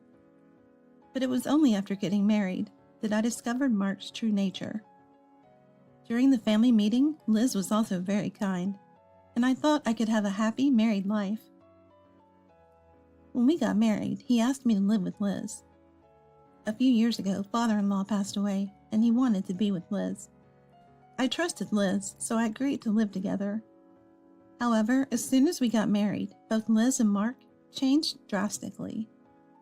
Hey Noah, hurry up and bring me coffee, and clean the shower and toilet quickly. Liz would shout orders like that. She would call me loudly to do household chores, trying to intimidate me. What surprised me the most was the existence of an unannounced roommate. The day after we started living together, I woke up in the morning and was shocked to find an unfamiliar man opening the fridge in the kitchen. Who is this? I thought, and I froze as the man noticed me. Oh, nice to meet you. I'm Mark's younger brother, John. He introduced himself. I was not only surprised by the presence of a roommate, but also by the fact that Mark had a brother, which I hadn't been told about. John is currently 27, the same age as me. He apparently had been living with his parents all this time. I hurriedly went to Liz and asked about John. Oh, John, that kid. You don't need to worry about him. He's just a shut-in ghost. Huh? I was shocked. Is that how she talks about her own son? A ghost? He's your son, right? I only need Mark. John is just a worthless shut-in. He goes out only when it's time for shopping and then locks himself in the house, which is really creepy. How cruel. I felt disgust. I was thoroughly disappointed in Liz. It was surprising how their behavior changed immediately after getting married, but it's unfortunate to discriminate between one's own sons like that. I am an only child, so I never had siblings to compare to. But if I were told such things or treated with discriminatory attitudes by my own mom, it would be shocking. My parents are already deceased, so I envy the fact that they can still be together. So I at least want them to get along as a family. When I returned from work, I asked Mark about John. I thought maybe if they were siblings, they would get along. However, Mark's response was also cold. Oh, John, huh? You can just leave him alone. He's fine being treated like air. He won't harm you anyway. He just said it with a dismissive tone. I was disillusioned by his attitude, which made it seem like he had just forgotten to mention it. Treating his brother like air? What a terrible way to put it. Mark was not a family-oriented person at all. He was just a mama's boy. Regretting this marriage, I finished today's housework and went upstairs. There, I happened to have a conversation with John, who was just going to the bathroom. You married Mark, didn't you? John said that. What do you mean by married?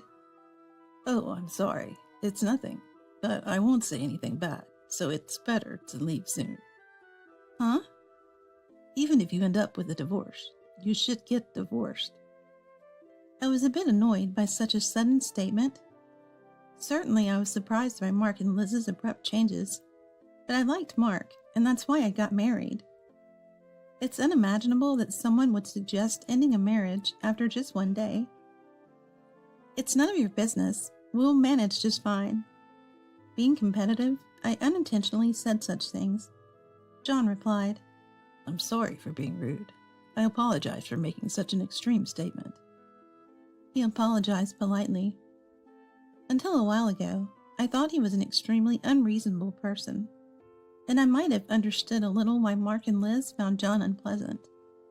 However, he apologized so politely that I couldn't quite understand John anymore. Maybe he really warned me out of kindness with those words. While I was thinking about that, John said, Excuse me, and went into his room. Liz and Mark described John as a weird shut-in, but from my perspective, he's a very polite person. He's the type who can interact with others with good manners, even among working adults. The next day, as I was setting the breakfast on the table, John came downstairs just as he was about to take a drink, so I greeted him. Good morning, John. Would you like to have breakfast together with everyone? Good morning, Noah. Thank you for inviting me, but... Saying that, John looked towards Liz. Liz said, Noah, I have no intention of having breakfast with someone like that. Hurry up and prepare. She shouted like that. I'm fine, so I'll pass. Saying that, John immediately went to his room. I wanted to apologize for my strong response yesterday, but I couldn't do so. Hey, all you need to do is housework. Don't interfere with unnecessary things. Got it? Liz said that while giving me a piercing look. I was stunned by this tone towards a family member. No matter how much she enjoyed harassing her son's wife, I didn't expect her to act this way. And Mark, too, had an incredible change in his attitude. What's this? Curry again for today's menu? I had it for lunch as well. Even if he said such a thing to me, it was problematic. If he wanted something different for lunch, he should have informed me. When I remained silent, Hey, no apology yet. Are you repenting? He shouted. You came here to take care of this house. Understand that properly. Is that so? I was speechless. Mark didn't love me. He just wanted a housekeeper. It was too much. How could someone do such cruel things without hesitation? My well-being didn't matter to them. They just used me for their own comfort. I went upstairs, glancing at Mark and Liz watching TV in the living room, laughing coarsely, and seeming to have a good time. As I went upstairs, tears welled up. Then, a hand offering a tissue appeared gently in front of me. Maybe it's better to leave, after all. There was only one person who said that. When I looked up, there was John. I'm sorry you had to see me like that. I quickly wiped away my tears. Oh, sorry for using your tissue without asking. No, I gave it to you because I wanted you to use it. More importantly, I overheard Mark and Mom's comments. They're really the worst. When John said that, what do you mean by more importantly? I asked. He replied, There have been similar things in the past. So he stated. As I listened to the details, it turned out that Mark had a promise of marriage with another woman before. But just before the wedding, she ran away because Mark and Liz treated her the same way they treat me now. I became frightened upon hearing that. In other words, the kind Mark and Liz before marriage was a lie, to prevent the woman from running away just before the wedding. I felt hopeless. I had been deceived by such a despicable man. But right now, I have nowhere else to go if Mark abandons me. I've become a housewife, and there's no way Mark and Liz would allow me to work part-time. If that happens, I won't even be able to leave this house and rent a room somewhere else. I didn't know what to do, so I could only cry. Then John said, If we keep talking here, they might get suspicious. Would you like to meet at a cafe or somewhere next time? He handed me a piece of paper with his WhatsApp ID on it. I quietly nodded and went to my bedroom.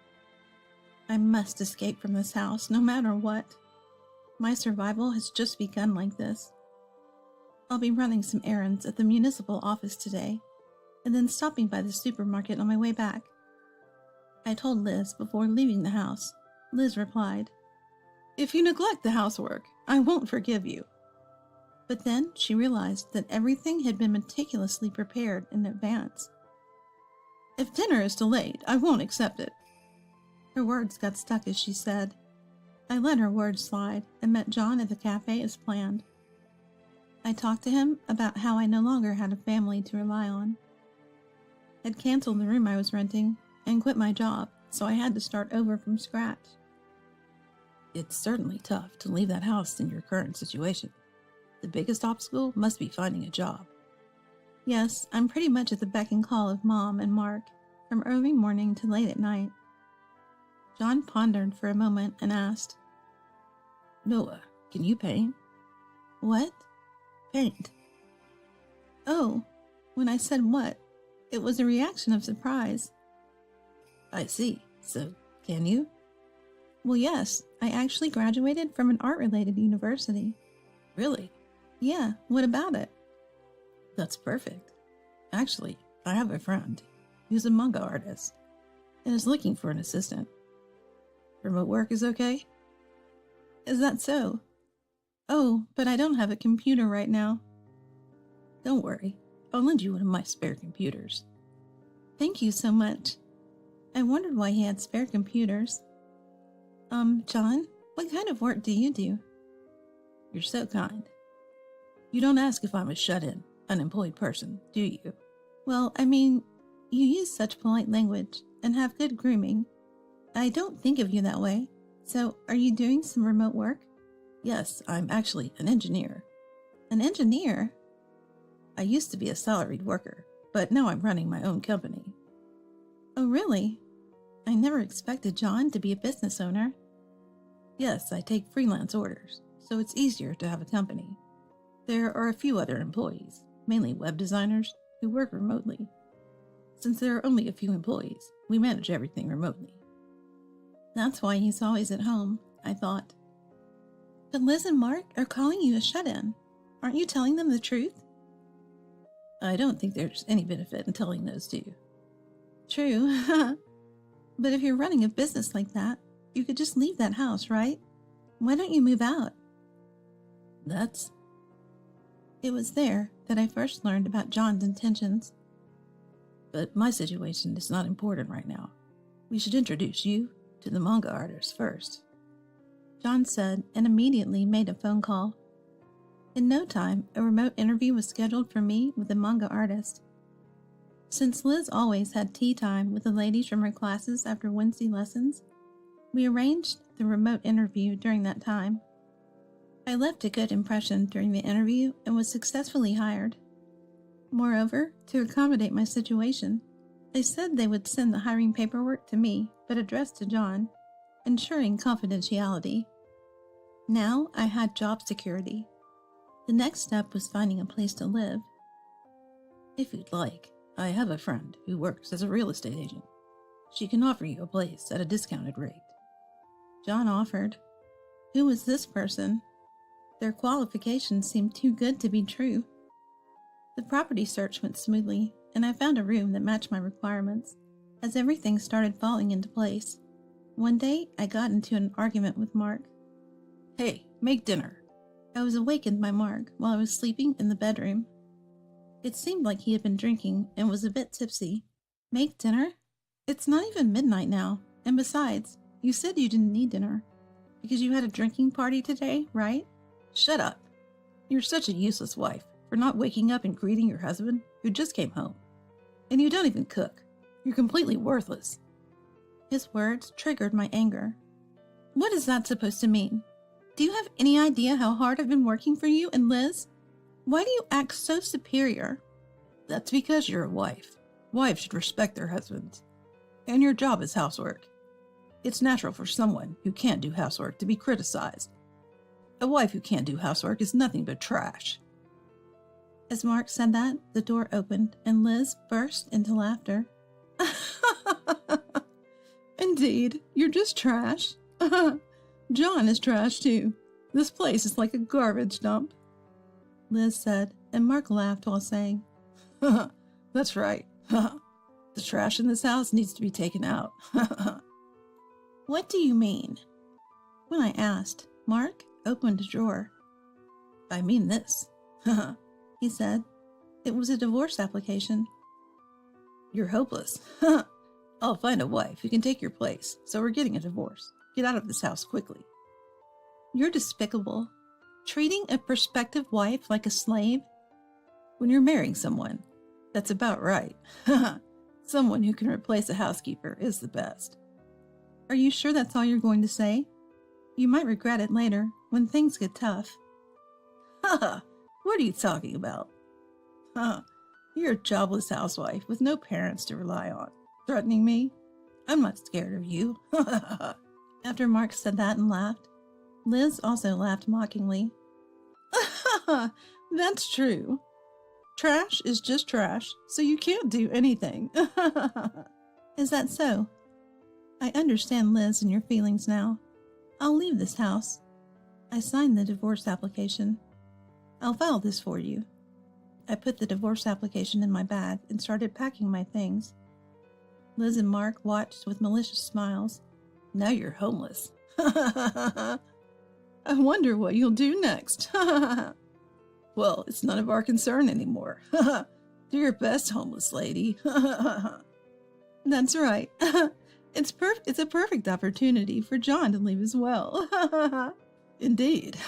Let's throw everything out and renovate her room once she's gone. It'll become even more spacious and luxurious. Mark and Liz began discussing their plans after kicking us out. Then they went to John's room and told him to pack his things and leave. I had originally planned to leave, but I never expected that John would be kicked out along with me. I regretted getting into a fight with Mark out of anger. I'm sorry, John. It's my fault. No, please don't worry about it. I've reached my limit with living with those people too. Plus, I've got something interesting now. That fight might have been lucky, John said with a smile. I didn't understand what he meant exactly, but at least he didn't seem to mind us leaving. 2 days later, on a Wednesday when Liz was out, John and I called a moving company and relocated. Is the move done? Liz, who probably didn't want to see our faces, called us while she was out. We've already left, so don't worry. John left with you, right? Yes, he moved out with me. Okay. It's such a relief not to have to see you guys anymore. Liz said happily and abruptly ended the call. However, Liz and Mark had no idea what would happen next. They didn't know that John and I were plotting revenge. We were on the verge of moving into the rented room when we managed to move our belongings and start our new life. Thanks to John, I would receive alimony from Mark as part of our divorce settlement. In reality, John had secretly recorded Mark's and Liz's statements during our argument, and those statements were undoubtedly considered harassment and emotional abuse towards their son's wife. This evidence was used in the divorce proceedings to claim alimony from Mark. This was the first step in getting back at Mark. The alimony from the divorce proceedings was claimed on my behalf by John's lawyer friend, and Mark, completely terrified, complied with the payment. John, with his lawyer connections, was a mystery to me, but I was truly grateful for his help, so I decided not to pry further. A few days later, Liz suddenly called me, and the number of calls was staggering. My phone just wouldn't stop ringing. I thought I had forgotten to block her calls and reluctantly answered. Hello, Noah, where are you now? Why would I tell a complete stranger like you? Besides, what do you want with John? Don't say that. I need to talk to him, but I can't reach him. Why do you even care about John? I have something to say to that kid, but we can't get in touch with him. Oh, that's unfortunate. Maybe he doesn't like you anymore. I taunted her, and the tone of the conversation shifted. Don't play games with me. You moved out together, right? You must know where he is. Tell me. She was really acting tough. It was true that I knew, but there was no way I would tell her. It's a shame, but I don't know. Why don't you try finding it on your own? Don't mess with me. Where are you even? You have no family, no job, and nowhere to live. If you say you'll apologize deeply, I might forgive you. Well, being a housekeeper is still a requirement, though. Who would go back to your place? I have a job and a place to live lined up. Unfortunately, there's no merit in going back to you. What? Are you lying? Mark seemed surprised, as if he had misunderstood that I had found everything in such a short period. Well, correcting him would be a hassle. Anyway, please don't call me again. If you ever call, or if I see your faces again, I'll report you to the police immediately. Hey, wait. I said that and hung up the phone, unilaterally. Then I blocked Liz's number. Mark's number had already been blocked. Liz and Mark must have realized something when they frantically called us. They had been under the mistaken impression that father-in-law had a massive inheritance all along. However, it turned out that John had been transferring a substantial amount of money into Liz's bank account every month. But since Liz thought of John as an unemployed shut-in, she had a ridiculous misunderstanding that the inheritance was being transferred in installments. And when John was kicked out this time, he stopped the transfers. That's when they finally realized who had been providing the money all along. However, it was too late. John had already severed ties with Liz and Mark.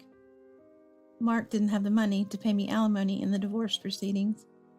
And Liz, who had been relying on the monthly transfers for her livelihood, would face a considerable hardship when the transfers stopped. Well, they were both responsible for their own actions, so I didn't sympathize with them. By the way, John had purchased a luxurious high-rise apartment in the city and was living comfortably there. The reason such a wealthy person had been sending money home and living with his family was because he had made a promise to father-in-law before he passed away. Unlike Liz, father-in-law had cherished John very much. So despite the cold treatment from Liz and Mark, he had been able to endure it and maintain a balance. Then father-in-law said to John, I may not like Mark, but he's an important family member to me. So after I'm gone, I entrust both of you to each other. It is sad. To fulfill the promise with father-in-law, John had secretly been sending money to support Mark and Liz, despite being estranged from them. Those two who had no idea about John's kind heart and instead complained about him and kicked him out were truly despicable. I met John once after he moved. Think I fulfilled Dad's promises enough, he said.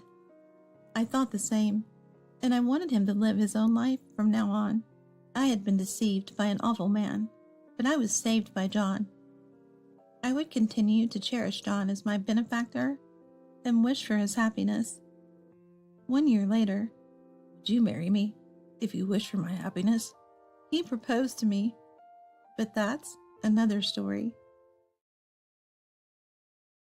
Get out! Your old lady smell is ruining my new house. Michaela threw disinfectant on me as I attended her housewarming. Drenched and overwhelmed by the pungent smell, I felt something snap inside me. Standing up silently, I flashed a terrifying smile at Michaela and said, Then I'll clean this up for you. After all, I built it. I went upstairs to Michaela's room to get something. My name is Harmony. I'm a 72-year-old retired confectioner. More precisely, a former pâtissier who ran a cake shop. I retired due to a leg injury. Now I help my son and his wife, who have taken over the business, living a modest life. Harmony, you must be happy your son took over. At the tea parties I occasionally attend, I bring cakes made by my son and his wife, earning praise from the neighbors. Today at the tea party, I was engrossed in fun conversations. When a neighbor mentioned my son, I stared at my tea, lost in thought. A shop with many memories, isn't it? I reminisced about the past. Indeed, my life had been full of ups and downs. I opened my patisserie at 35. After a decade of training in France, I had decided to open my own shop upon returning. My parents opposed, saying a cake shop in the countryside wouldn't work. I defied them, saying, "I'll do it my way," and opened my shop. It became popular in 6 months, becoming the talk of the town. My French-trained skills were praised, attracting customers quickly. My once opposed parents came to respect and fully support me. Time to think of the next new creation. Daniel, my husband, supporting our cake shop, spoke to me while preparing for the next day. Summer is tough for sales. Maybe a cold dessert would be a hit. That's what I was talking about with Daniel. That's when we heard the bell at the shop door, and I hurried to the counter. "Welcome!" Oh, it was Michaela, my sister-in-law, who appeared. 2 years older than me, she was always flamboyant. Having moved from the city, she dressed to stand out, enjoying the attention. Today, she wore an actress hat and sunglasses, not fitting for the countryside. Honestly, I disliked her. Her hurtful remarks and belittling of our cake shop were intolerable. Being a doctor at a university hospital, she flaunted her income and education. She only did this when my brother Kendrick wasn't around. I was deeply annoyed by her cowardice. "Boring as ever. The decor's outdated and it's dusty. Do you even clean?" Michaela, worried her fancy clothes would get dirty, was her usual self. I couldn't hide my annoyance, responding curtly. "Did you come just to say that?" "I just stopped by on my way to my new house. Why else would I visit such a place?" While looking around, Michaela carelessly picked up a cookie and placed it roughly at the register. "I can't see this shop lasting, but I'll contribute to the sale since you're Kendrick's sister." She bought a mere $7 cookie with that attitude. Who could warmly welcome such a sister-in-law? If she weren't Kendrick's wife, I'd have her out of here immediately. As I wrapped the product, grappling with these complaints in my heart, Michaela continued her tirade. "Poor Kendrick, having such a failure for his sister. He said he gave up on his own shop because of you." Her words painfully struck my heart. Kendrick had generously helped finance my shop's construction. When I returned and found no support, only Kendrick stood by me. Later, I discovered the money he used was his own saved-up capital for starting a business. "If you hadn't interfered, Kendrick might have had his own shop by now. Really pitiable." Then why don't you help him financially? Daniel appeared behind me and retorted sharply at Michaela, glaring at her. "It's between Harmony and Kendrick, and not for outsiders like us. Only Kendrick has the right to complain about Harmony. Do you even have the right to blame her?" Daniel, undaunted by Michaela, confronted her. Michaela, seemingly annoyed by Daniel's audacity, furrowed her brows and removed her sunglasses with a puzzled look. "Of course I have the right. That money was mine. You have no business interfering in this." The funds for Harmony's shop were from before Kendrick married you, right? If Kendrick has no complaints, why should you persistently blame Harmony? Harmony is my wife. Which husband would remain silent while his wife is being maligned? Daniel shielded me from showing my tears to Michaela. I felt reassured by his presence and grateful to be his wife. Michaela, apparently not amused by Daniel's words, roughly grabbed the wrapped cookies from the counter and left without another word. After she left, we put up the closed sign, and Daniel embraced me. You endured well. "Danny, I can't do this anymore. I don't have the confidence to get along with someone like her. Even if she's Kendrick's wife, I can't bear being treated this way." Are you not going to tell Kendrick? "I can't. He's already looking after Mom and Dad. I can't trouble him just because I can't get along with her." Kendrick, working as a chef in a hotel, was also taking care of our parents. Despite the long commute he managed, he had saved to open his own shop and be closer to our parents. It was with this in mind that he was saving money. Money can be earned again. I want to see you succeed as a top patissier. This money is an investment in your future. You'll definitely become famous. Kendrick assured me, investing $2 million in my startup. I was deeply grateful to Kendrick, and when he married Michaela, I was overjoyed. But I never expected her to be like this. I was tormented daily by what to do. Tomorrow, we're going to Kendrick's housewarming, right? Maybe you could mention it to him. If Kendrick talks to Michaela, maybe she'll stop. Tomorrow, we're invited to the housewarming party, and I'll finally see Kendrick after such a long time. Reluctantly, agreeing to the words persuaded by Daniel, I focused on closing up the shop. Lately, I couldn't bring myself to tell Kendrick about Michaela. Kendrick's happiness, while he supported Mom and Dad, was precious. Despite sacrificing his own dream of opening a shop, I couldn't burden him further with Michaela's issue. I just couldn't simply nod to Daniel's suggestion. As days passed without a decision, Daniel and I, with a shortcake in hand, visited Kendrick's new home. Harmony and Daniel, long time no see. Glad you could make it. Kendrick welcomed us right in at the doorstep. Michaela was out shopping and wasn't there. I felt relieved not seeing her. Noticing this, Kendrick looked at me worriedly. What's wrong? You look pale. Is it the new house smell? No way. Just had a bit too much to drink with Danny last night. I forced a smile to reassure Kendrick. To avoid any awkward conversation, I asked to see around the new house. Kendrick shared that apart from the tidy living room, their personal items were still in boxes. We agreed not to go upstairs as per his request. Soon our parents arrived, and we enjoyed a rare family gathering. Then Daniel seized the opportunity to bring up yesterday's topic. Sorry to bring this up at a housewarming, but there's something about Michaela we need to discuss. Wait, Danny. I wasn't ready. Daniel's words made me panic, but he looked at me earnestly, holding my hand. Harmony, I've seen how hard you've worked, thinking about the family. Keeping your struggles to yourself seems unfair to Kendrick and the others. Struggles? Harmony, have you been having a hard time? Realizing I was hiding something, everyone looked worried. I regretted my foolish thought of just enduring it all.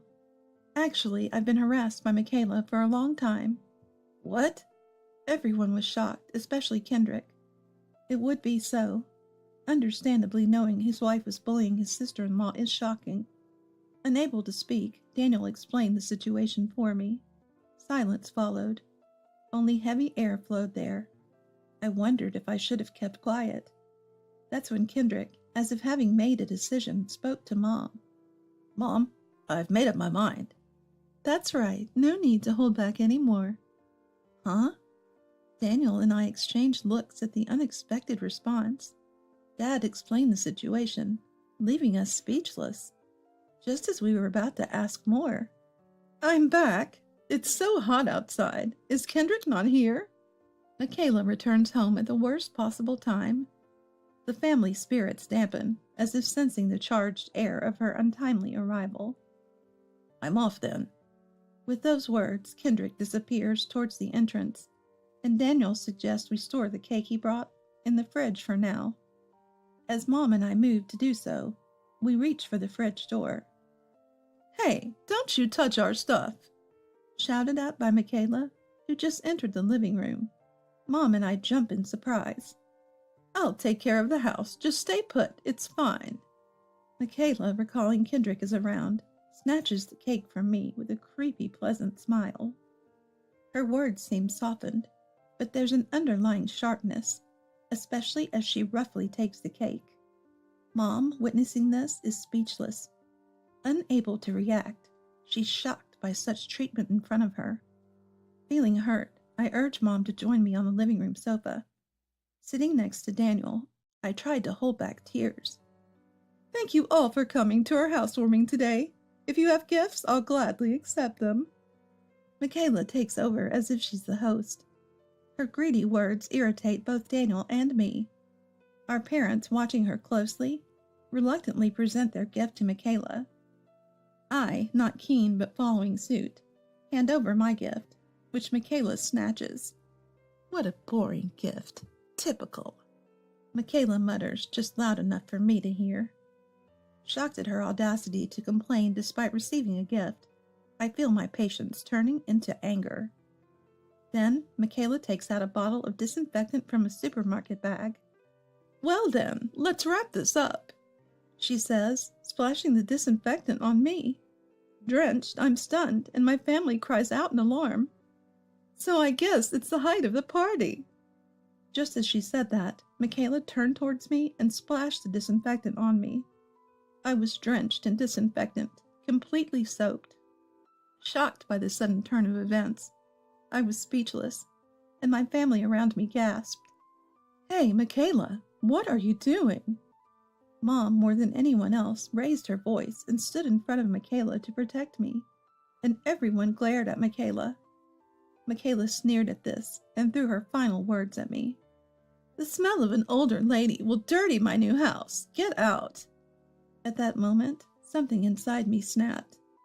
Silent, I stood up, with a frighteningly pleasant smile towards her. So, you hate filth that much? Well, let me clean it up for you. After all, I built this place. Michaela, seeing me smile, seemed terrified and stepped back. I snatched all the presents from her, ignoring Michaela's complaints, and headed to the second floor. Conveniently, there was a plate with Michaela's name on it in front of the door, and I boldly walked inside. I picked up a cardboard box, still packed, and dropped it from the second floor to the first with a bang. Hey, what are you doing? Michaela tried to stop me as the boxes tumbled down one after another, but with so many boxes rolling down from the second floor, she couldn't come up and could only desperately scream in vain as I dropped the last box. Do you realize what you're doing? Michaela, showing her true colors in front of Kendrick, glared at me with a devilish face. Unconcerned about her, I went downstairs and asked Daniel with a smile, Can you hold back that noisy trash for me? We can't let the dirty germs out. The new house will get dirty with the smell of mold, right? Daniel must have been scared, too. The words from my ever-smiling face were no longer treating Michaela as a human, and I was throwing all her belongings outside with apparent delight. People might think I've lost my mind. It can't be helped that you think so. Stop it, Kendrick. What are you just staring at? Stop her. Isn't your sister out of her mind? Michaela was screaming desperately. However, Kendrick did not respond. Instead, he silently watched my next move. The entrance was overflowing with Michaela's cardboard boxes. A mess. But it couldn't be helped. After throwing everything outside, I clapped my hands and walked towards Michaela for the final touch. Well, now it's just Michaela left. What do you mean? You think you can get away with this? Who knows? I can't hear the threats of trash. My smile must have been like a mask, mechanical and eerie. Michaela gasped at my creepy smile, looking at me fearfully. Without paying her any attention, I instructed Daniel to kick her out along with her slippers. Hey, stop! No, Kendrick, help me! Michaela begged Kendrick for help until she was thrown out, but Kendrick had no intention of listening to her. At this point, I understood what Kendrick and the others meant. There's not a single person on your side here. Get out if you understand. This is my house after all. What? What are you talking? Before Michaela could finish, Daniel dragged her out, pushing her outside the entrance. Daniel, who managed to kick Michaela out, immediately closed the door, and very thoroughly double-locked and even chained it. Michaela, now completely unable to enter, was left outside in the summer heat. She banged on the door and screamed for about 10 minutes, but her strength seemed to wane gradually.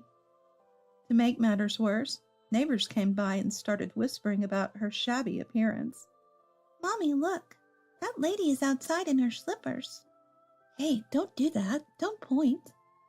Even passing children mocked Michaela. For her, so full of pride, this public humiliation was hell. She crammed all her belongings into her car and fled the scene that day.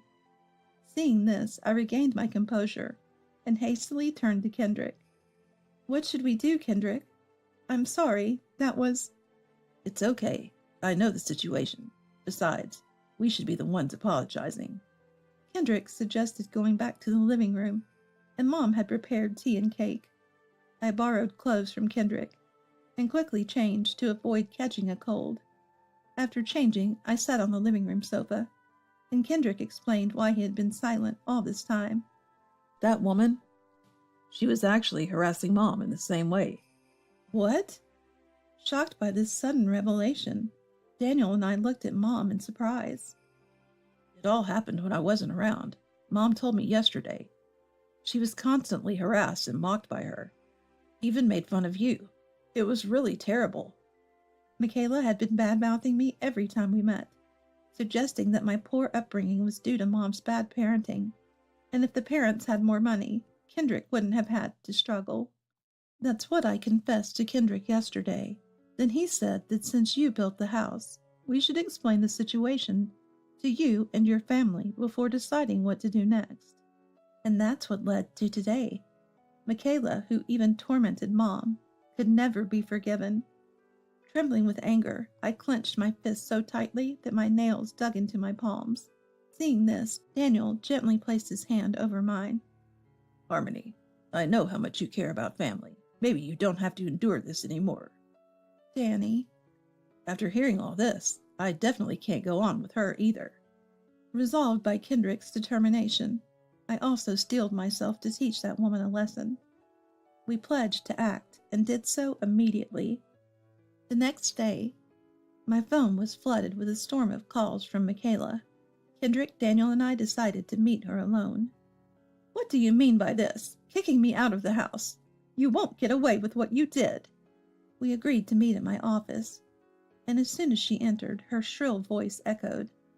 Wearing the same clothes as yesterday, with dark circles under her eyes from lack of sleep, Michaela arrived looking miserable. Her loud voice was irritating, but I didn't let it show. Instead, I smiled sweetly, further infuriating her with my words. I cleaned up because you said the new house gets dirty, right? What? I don't want someone as ugly as you in the house. The new house will get dirty with germs, right? Saying so, I put my index finger to my lips, feigning cuteness. As unsuitable as it felt for me, it seemed to affect Michaela. Her face turned red as a boiled lobster, showing her anger.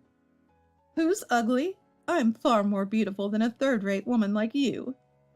To say that with the same clothes as yesterday, and such a dirty face, impressive. Whose fault do you think it is that I ended up like this? A woman like you acting all high and mighty. Doubling down on my previous provocations, I taunted Michaela, which angered her enough to come at me. Daniel stood protectively in front of me, and Kendrick, usually mild-mannered, showed his anger for the first time. Enough. You're in no position to talk down to Harmony and her family. What? Why should I be the one getting scolded? The bad one is clearly that woman. Michaela remained defiant, even against Kendrick's words. She must have looked down on Kendrick as well, deep down. She was after money. Thinking Kendrick had money and blaming me for losing it, she must have despised me. Despite having her own earnings, her greed showed what a despicable woman she was. As I glared at her with utter contempt, Kendrick slammed a piece of paper in front of her. I have no intention of going on with someone who can't even value my family. We're getting a divorce. The paper Kendrick presented was a divorce petition, already signed by him and his father as guarantor. Seeing this, Michaela suddenly regained her composure and clung to Kendrick in a panic. Wait, a divorce? Just wait. I don't want to hear what you have to say. My mind is made up, and if you refuse the divorce, I'll go to court if I have to. Where do you think the money for that will come from? You don't have the financial power, so don't talk big. I'll support financially, so don't worry. Michaela initially tried to act humble, but Kendrick's words revealed her true nature again. Now that we had proof of her looking down on Kendrick financially, we could crush her without remorse. Smiling, I intervened between them.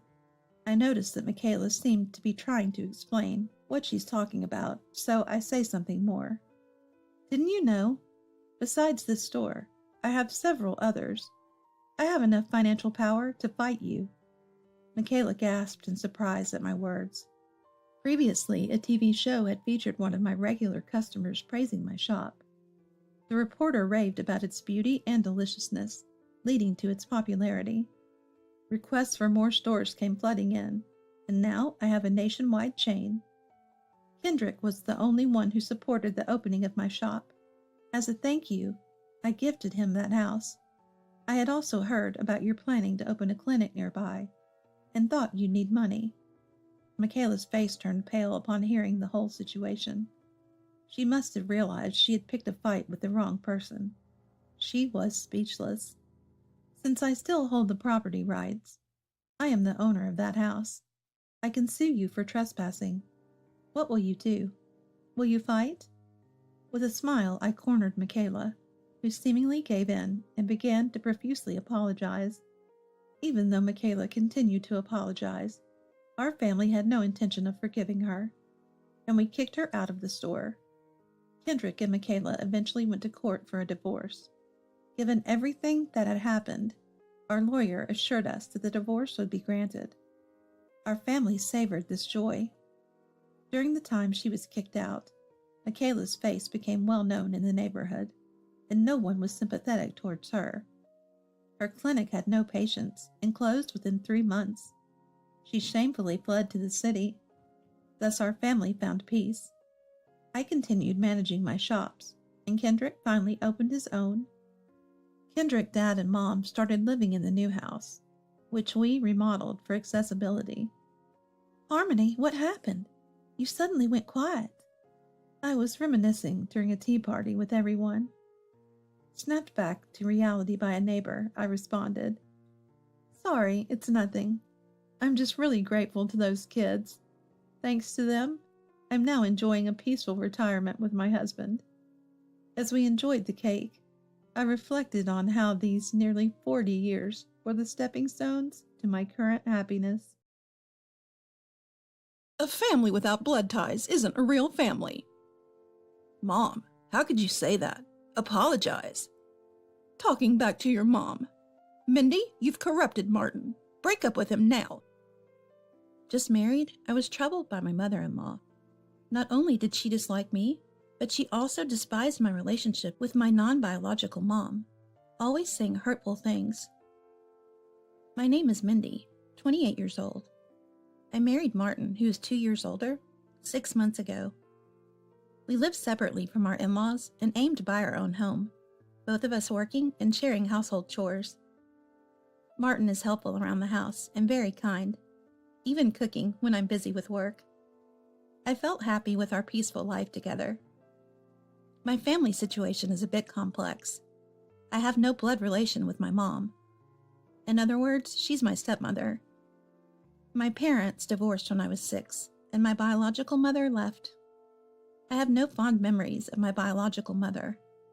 All I remember is her flashy makeup and her figure leaving at night.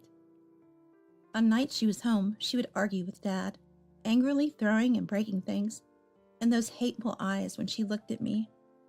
Those eyes are unforgettable.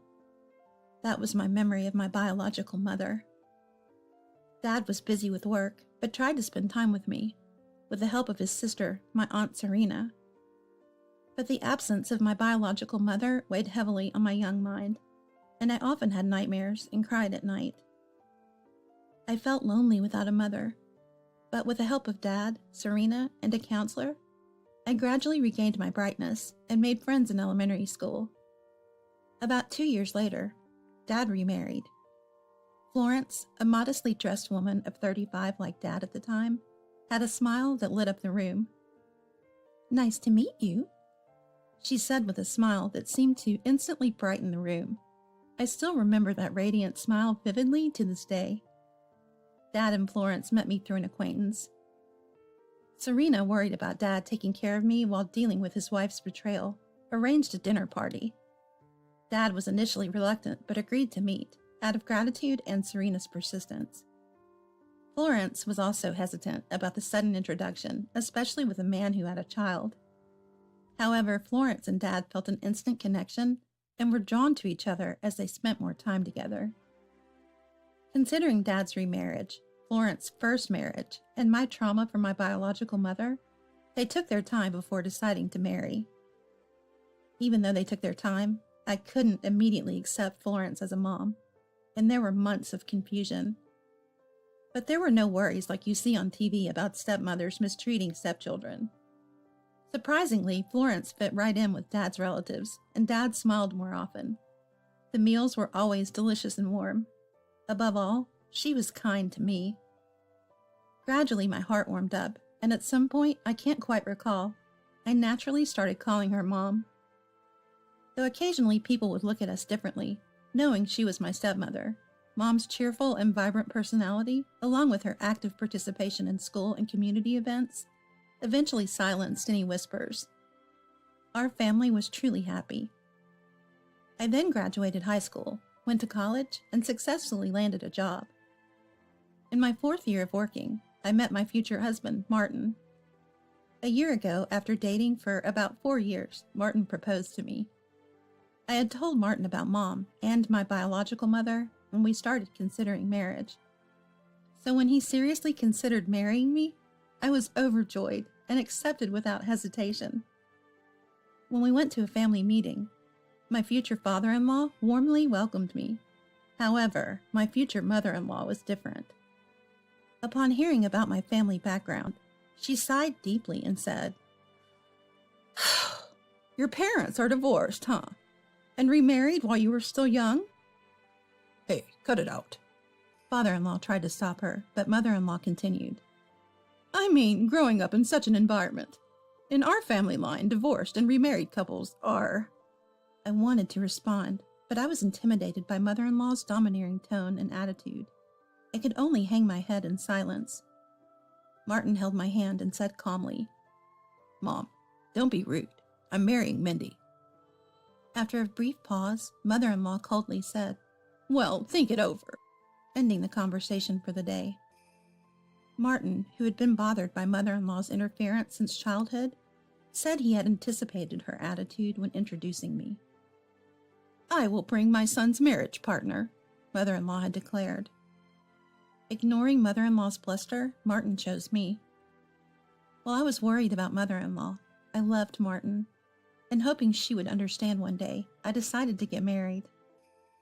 Mother-in-law seemed to assume that we would naturally live with them, and that I would become a homemaker, devoted to serving the in-laws, but Martin, fed up with mother-in-law's meddling, firmly refused. We rented a convenient place for commuting and both worked. Father-in-law didn't say anything about our decision. However, mother-in-law, apparently very displeased, would call my mobile phone, not my husband's, every 3 days. She'd call around noon, likely targeting my lunchtime. The calls would always start with, "It's only natural to live together, don't you even know that?" and progress to, "It's absurd for a daughter-in-law to work. Don't neglect your household duties. A daughter-in-law who doesn't respect her husband is a failure." And, "Become a homemaker quickly and think about having grandchildren." Without even acknowledging my responses, she just kept talking and abruptly hung up the phone. That had become the usual routine. She never forgot her catchphrase, "You've led my son astray." Lately, phone calls weren't enough, and she would visit our house without an appointment.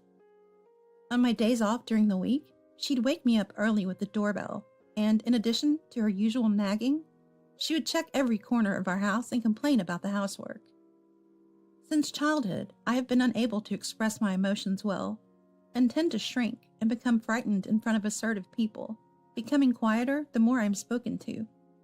I knew that this would only further irritate and embolden the other party, but I felt helpless to change it. If it was just complaints or sarcastic comments about household chores or being a daughter-in-law, I could somehow tune them out. However, mother-in-law would occasionally make remarks touching upon my own mom. One day, while watching a diaper commercial on TV that showed a baby being held by its mother, my mother-in-law would say things like, "Blood ties are really important, aren't they?" Or, "If you haven't given birth to a child yourself, you can't really feel love for it," in a tone that was different from her usual sarcasm. That's not true. There's nothing to be ashamed of in my family. What does blood relation even mean? Please stop making such assumptions. Every time my family was mentioned, I would scream these thoughts in my head, but whenever I saw my mother-in-law's eyes, my body would freeze and I would fall silent. Gradually, my mother-in-law started making sarcastic remarks even in front of Martin. Each time, Martin would firmly respond to his mother, but the more he defended me, the more his mother escalated. I didn't want to cause trouble for Martin, who was desperately trying to protect me. I didn't want to lose such a kind person. Even though she was tough on me, she's the only mom Martin has, so I shouldn't let our relationship get strained because of me. All I have to do is endure it. That's what I kept telling myself. At times like that, I desperately wanted to hear my mom's voice and would reach for my phone, but remembering the smiles of my parents, who truly blessed my marriage, I couldn't bring myself to press the call button. While being troubled by such issues with my mother-in-law, one evening, half a year into my marriage, I got a call from Dad. He informed me that Mom was in critical condition due to an accident. He said he would explain more when I arrived, but I panicked and rushed to the hospital after quickly explaining the situation to my office. The hospital near my parents' home was about 2 hours away, and I was worried sick the entire time. I hadn't seen my parents since the wedding. I had been preoccupied with my job, my life with Martin, and the harassment from my mother-in-law, except for when I was in the train or taxi. I ran without caring about my surroundings, but I didn't make it in time. My dad must have rushed from his workplace too. His suit was wrinkled, and Serena was wearing sandals, the kind she wore when going to the nearby supermarket. It seemed that my mom had fallen down the stairs at a local shopping mall while trying to help a little girl who was about to fall. The girl was safe thanks to my mom holding her tightly. My mom was still breathing, but had passed away shortly before I arrived. Although my mom had broken several bones, her face remained untouched. After a while, Martin arrived to support me, gently holding my shoulder. The hospital was bustling with police, the girl who was saved, and her parents, but I just watched them as if it was happening to someone else. Returning to the hospital room and holding my mom's hand, I remembered my mom, who used to say, "Make sure you don't accidentally eat my arm," while holding a boneless ham and laughing heartily. It was unbelievable. She's just sleeping. She'll surely wake up tomorrow. But my mom didn't wake up. Mom. No matter how many times I called, my mom didn't respond. In front of my eyes, my motionless mom lay, but I couldn't come to terms with this reality. Due to the funeral and matters related to the accident, I decided to use my accumulated paid leave and stay at my childhood home. I was worried about Dad, so when I told Martin about it, he understood and agreed it was necessary. However, Mother-in-law didn't feel the same way. While at my parents' house, she called just once. "Let me know the date and time of the funeral. I can't make plans otherwise." She spoke in a detached tone. Her words weighed heavily on me. Still unable to accept Mom's death, and unable to converse, I simply said, "I'll let Martin know." "Oh, okay." And with that, the call ended. With Grandma and Serena's help, we were busy preparing for the funeral. We decided to have a small family funeral. But on the night of the wake, many neighbors who had heard of Mom's passing came to pay their respects. They likely worried for Dad and me, bringing us food and sweets. The girl Mom had saved and her parents also came. Her parents bowed their heads to us repeatedly. The girl was crying so hard she could hardly speak, repeating, I'm sorry." Her cries echoed through the room, and all the neighbors, who were trying to be cheerful and considerate, began to cry too. While I still couldn't accept Mom's untimely death, seeing the girl, I couldn't find it in me to blame her. Rather, I quietly thought it was good she was safe. After the neighbors left, the living room fell silent.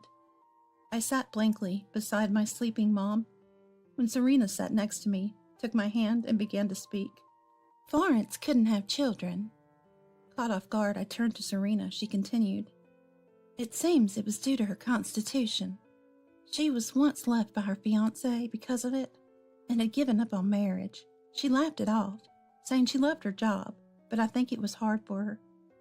She was always saying how happy she was to have you as a daughter. When you first called her Mom, she called me, crying tears of joy." Serena said this with a smile, but tears welled in her eyes. "Mom." I buried my face in Serena's chest and cried out loud.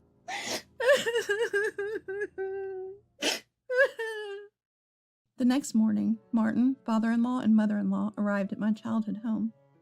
Seeing my tear-streaked face, Martin embraced my shoulders. In front of father-in-law and Martin, mother-in-law, like father-in-law, offered condolences and words of comfort to Dad and me, though she seemed displeased. Even after we arrived at the crematorium, a staff member kindly guided me, feeling a little unsteady, to the family waiting room, suggesting I take a break. I wanted some alone time and headed to the hallway. I heard voices from the cool depths of the hallway. It seemed mother-in-law was on the phone with someone. I inadvertently stopped and held my breath. Yes, it finally just ended. It was really long. I didn't know who she was talking to, but I understood she was talking about Mom's funeral. Attending the funeral at daughter-in-law's house is just tiresome, and it's far, too. Maybe we should take advantage of this and go to a hot spring on the way back. In a flirty tone I had never heard before, mother-in-law continues talking, oblivious to my presence. Mother-in-law keeps going. Finally, the nuisance is gone, so Martin will probably come back. Well, I don't need a stupid daughter-in-law raised by a stepmother, but I want to be freed from chores and taking care of Stanley, too. Just think of it as hiring a useless housekeeper. Mother-in-law, not realizing that I'm listening, continues to talk cheerfully. Oh, the stepmother's insurance money will come in, right? That'll make things easier. Even the foolish mother-daughter duo can be of some use. Then she let out, So boring. They should just hurry up and burn it. And laughed. At that moment, something snapped inside me. I approached mother-in-law and stood behind her. Mother-in-law was surprised and flustered, but I grabbed her cell phone and dragged her to the lobby. When we got to where the relatives were, mother-in-law shook off my hand and shouted, What are you doing? Everyone around us was surprised, but I didn't notice. You can make fun of me all you want, but I won't allow any insults to Mom. Mom was a much better mother than you ever were. Mother-in-law was momentarily taken aback by my strong words, but quickly recovered and loudly retorted. What are you saying? A stepmother is bound to be a worthless woman. Such a poorly raised woman is not suitable for our family, and I hate your insecure face and attitude. Angry and trembling, I stared into mother-in-law's eyes and suddenly remembered my biological mother. The reason I continued to fear mother-in-law was because her disdainful eyes were just like my biological mother's. My trauma resurfaced for a moment, but my hatred towards mother-in-law and anger at her abusive words were stronger, and I couldn't hold back. Rosalie, what did you just say? You said to hurry up and burn it, right? With tears streaming down my face, I stared intently into mother-in-law's eyes. Mother-in-law, mocking me, said, I said it, so what? Stop crying over a stepmother and just hurry up and burn it. And laughed derisively. At those words, my anger peaked, and before I knew it, I had grabbed mother-in-law's chest and slapped her hard. Mom was always kind. When I came home from school, she would greet me with a smile, saying, Welcome back. She helped me with my homework. If I was watching TV instead of doing my homework, she would turn off the TV, take out my homework from my school bag, and sit right next to me. Sometimes it felt annoying, but when I solved a difficult math problem, she would gently pat my head. When I was crying, she would stop her chores, take me on her lap, and hug me gently. Sometimes she scolded me, and we had many fights during my adolescence. I could always be honest with Mom. When I got married, she was the happiest and cried more than Dad. She never spoke ill of others or complained. The neighbors were kind to us because of Mom's personality and efforts. I was able to become independent as a working adult, and Dad could smile and stay healthy because Mom was there. I will never allow anyone to insult such a wonderful mom. As mother-in-law dramatically collapsed, and I was about to grab her again, Dad restrained me from behind, and I came back to my senses as if waking up. Mother-in-law rushed to father-in-law crying, Mindy hit me, help! She clung to father-in-law. However, father-in-law calmly forced mother-in-law to her knees, knelt beside her, and pressed her head to the floor in a gesture of apology. Mindy, Stephen, and all our family members, I apologize for my wife's disrespectful behavior. Everyone was stunned by father-in-law's sudden act of contrition, but mother-in-law broke free and began to rant. "Stanley, it's Mindy's fault, right? You saw what she did. She's not fit for our family. Divorce her. Divorce." To this, father-in-law responded in a calm but firm voice. "We are the ones getting divorced." The room fell even more silent at these words. "What? Why? She hit me. I'm not the criminal. Are you siding with this foolish woman instead of your son?" Father-in-law, still calm, said, "It's over," and turned to me. "Mindy, I'm sorry. I knew about my wife's behavior and couldn't stop her. The verbal abuse she hurled at you is unforgivable, and I'm equally guilty for not doing anything. I'm truly sorry." He bowed deeply again. "What are you talking about? I did nothing wrong, right, Martin?" Mother-in-law tried to cozy up to Martin, but he coldly shifted away and walked over to father-in-law, presenting his cell phone. It was mother-in-law's phone that I had confiscated. Father-in-law stared at the phone for a moment and then said, "Let's discuss this when we get home." After bowing to us again, he led mother-in-law out of the crematorium, almost dragging her. The moment they left, I collapsed to the floor, drained of energy.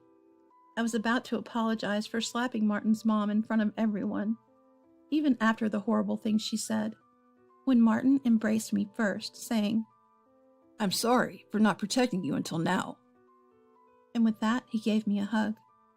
Serena told me, "You did great," and affectionately ruffled my hair. What was supposed to be a small family funeral had turned into a huge confrontation. Months later, father-in-law and mother-in-law did indeed get divorced. It turned out that mother-in-law had been having an affair. The person she was talking to in the crematorium hallway was her lover. Father-in-law had suspected mother-in-law's increased spending and outings and had hired a private investigator.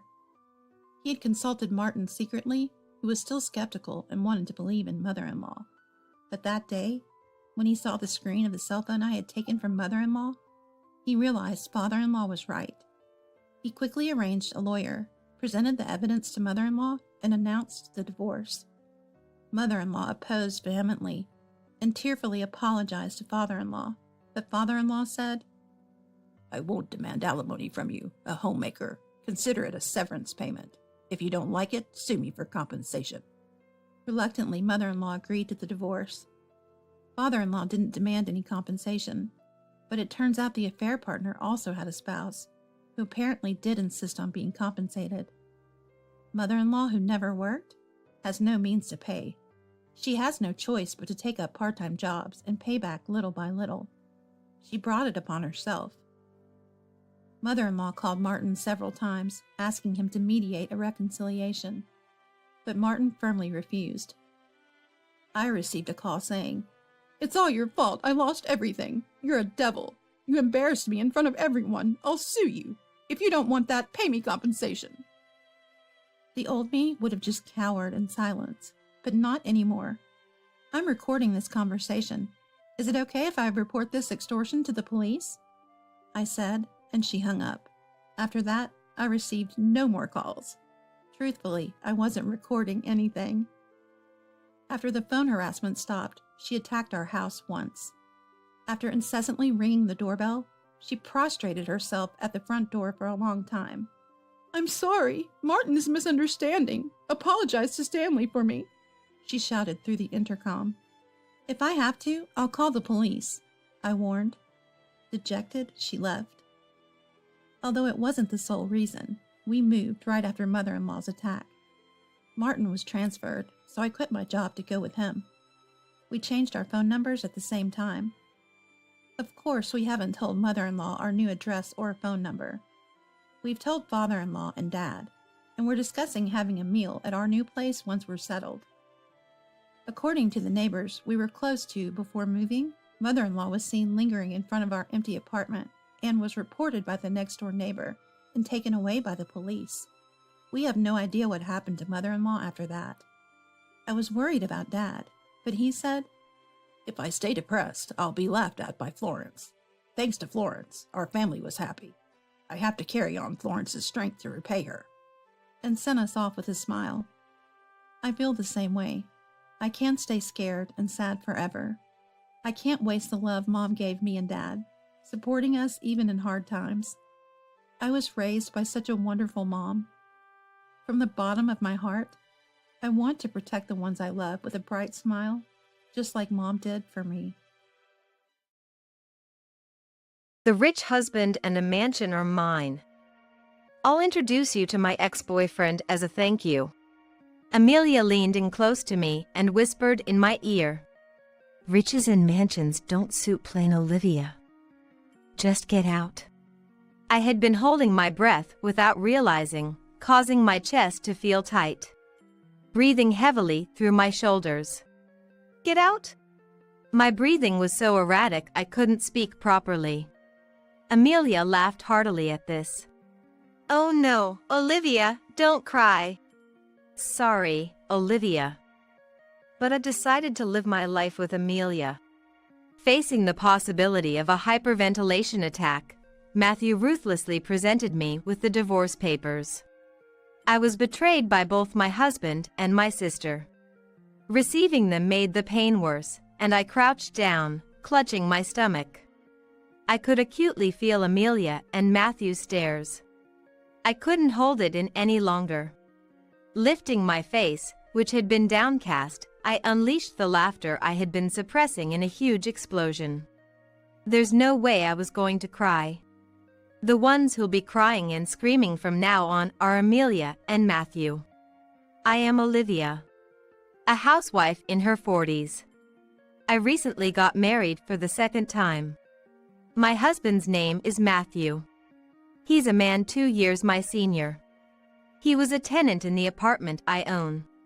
While cleaning the apartment, "Thanks for your hard work as always," he would greet me.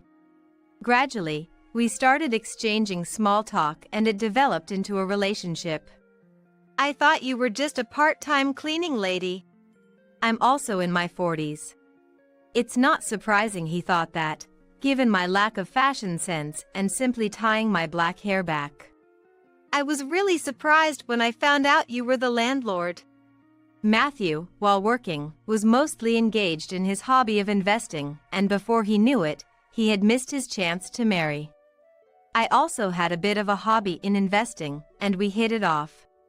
Naturally, this led to marriage. Matthew would praise anything related to my investment talks as amazing.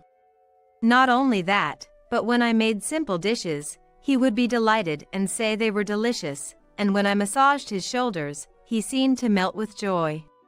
He's older but somewhat childish and pure at heart. Since I'm not at the age to want to wear a wedding dress for the second time, I felt bad for Matthew, who was marrying for the first time, so we didn't have a wedding. Instead, our new home was a high-rise apartment that Matthew wanted. Wow, what a view!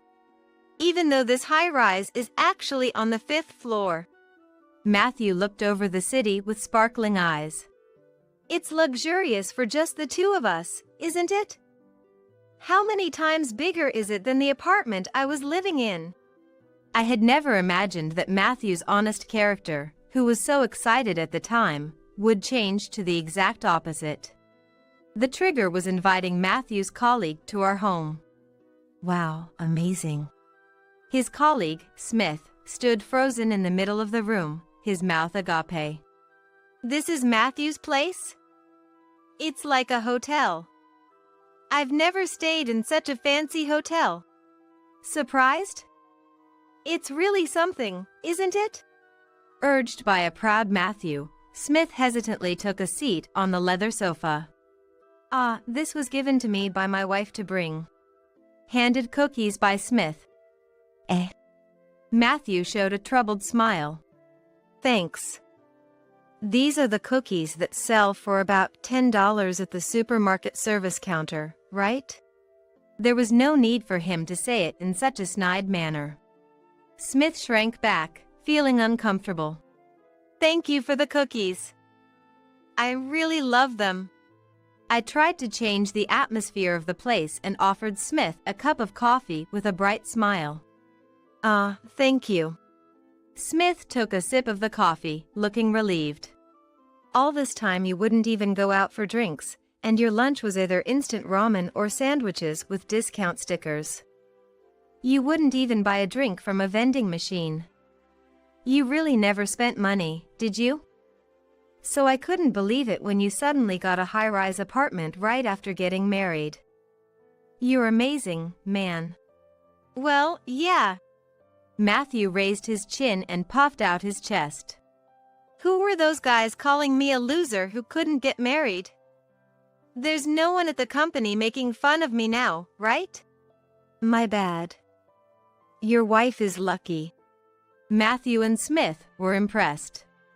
I was a bit concerned about Matthew's attitude, but maybe this is normal for conversations between men. Smith then lowered his voice. And added, the house is luxurious, but your wife is plain. That's because my wife didn't lose to you. I'm not only interested in cute girls like you. It's normal for a guy in his 40s to marry a woman in her 40s, right?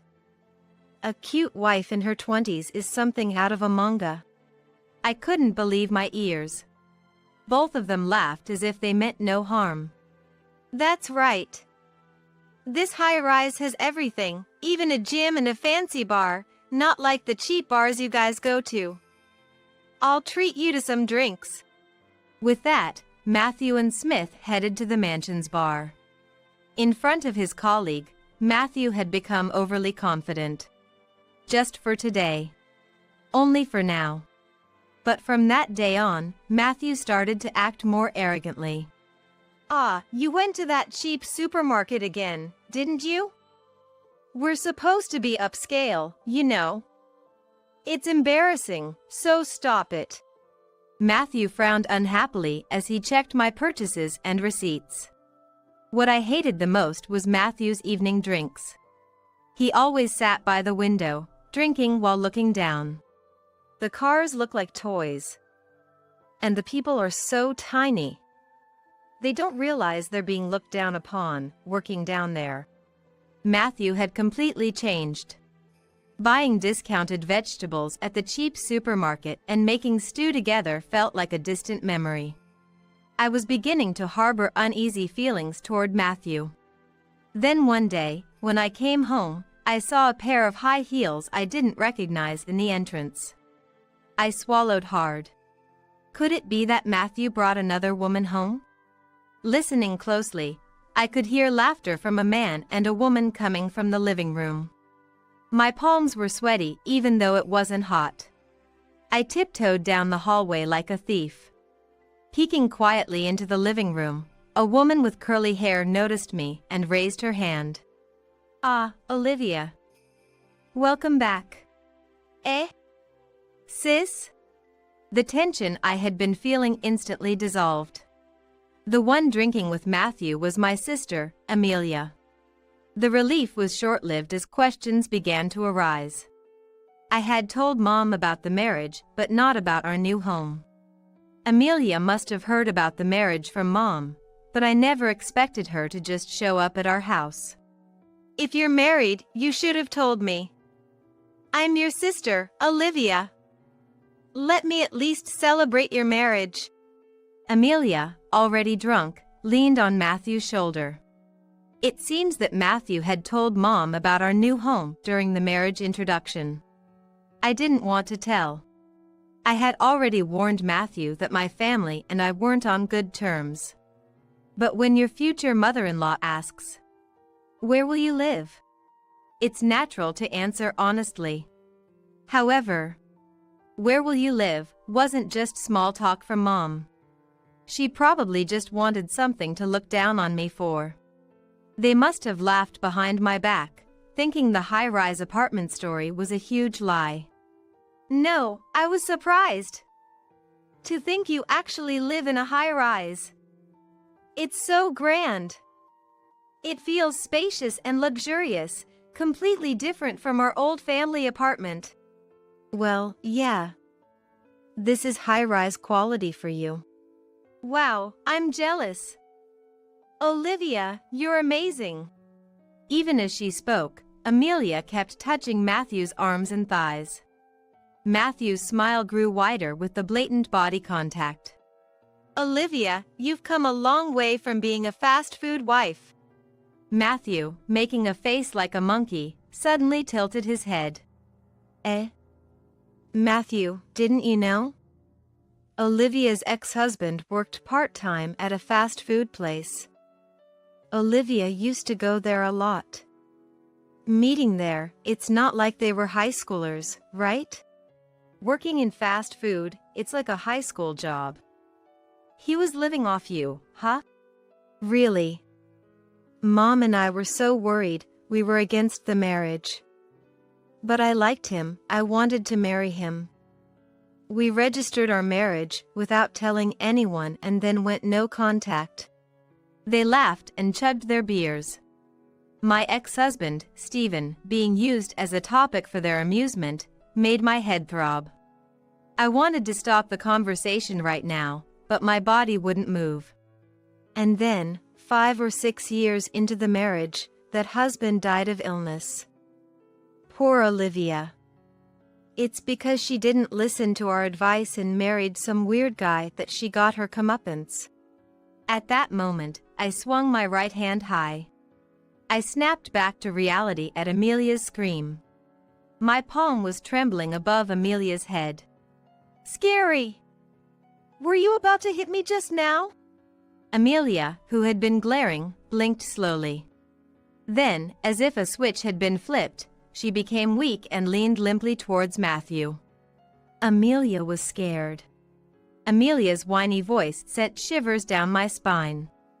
Olivia! What were you about to do to your own family? Matthew yelled at me, and I clenched my trembling palms. I'm sorry, but it's just that my sister... Shut up! Are you trying to make excuses after making your own sister cry?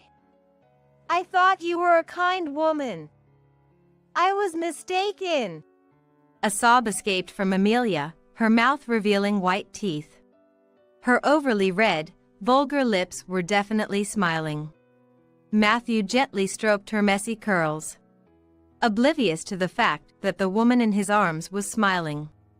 But they were speaking ill of Stephen, who's passed away. Eh? Are you still hung up on your ex-husband? Matthew refused to listen to me. It was the moment a complete rift formed between us as a couple.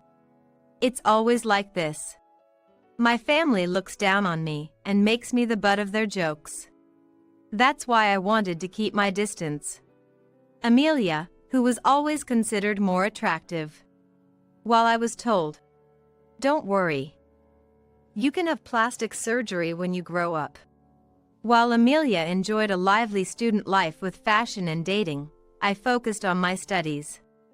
I did so because Mom would praise me for getting 100 on a test. But after scoring 103 times in a row, it became expected, and I was scolded for missing even a single point. Olivia is so diligent with her studies. I'm proud to have such a smart sister. I brag to my friends that you're studying hard now to save up for your future plastic surgery. I was often ridiculed by Amelia, who was not good at studies but led a glamorous life. Even now as an adult, do I have to be laughed at by my family? I'm not even allowed to defend Stephen, who has passed away. Worse, Matthew joined in laughing and blaming me, which was unbearably frustrating. A week has passed since then, but our marital relationship has only deteriorated. Matthew, who had been so fond of living in the high-rise, has been coming home late. He probably doesn't want to see me. He avoids our bedroom and languidly secludes himself in another room. In this large house, we barely feel each other's presence. It feels like the emotional distance between us is growing. I can't let this continue. With that resolve, I approached Matthew the next day after he returned from work. Matthew. It's cold today. How about we have some stew together? Matthew, who was about to head straight to his room, glanced at the dining table. Warm steam rose from the pot, spreading a comforting aroma. Ha! His response was cold. I don't want to eat something as common as stew. If you want to please me, serve something like caviar or foie gras. Despite having never eaten them, Matthew shrugged his shoulders in disgust. Then he looked me up and down and let out a heavy sigh. It's not you. My mistake. With those words, Matthew disappeared into his room. My mistake. The meaning of those words would soon become painfully clear. Welcome back. One day, I was greeted by Amelia in the entrance. She was in an unusually good mood, smiling brightly. Behind her was Matthew, scratching his head with a sarcastic smile. Amelia and Matthew looked happy, embarrassed, and seemed hesitant to speak up. What's wrong? Were you drinking and talking bad about me or Stephen again? No, you're being paranoid. As I went to take off my shoes. Ah, wait. Amelia stopped me. I'm sorry, but could you not enter this house anymore? That, you know, right? Matthew. Oh, yeah, Amelia, you say it. Like a bashful new couple, Amelia and Matthew were awkwardly hesitant. You see, we've fallen in love. Huh?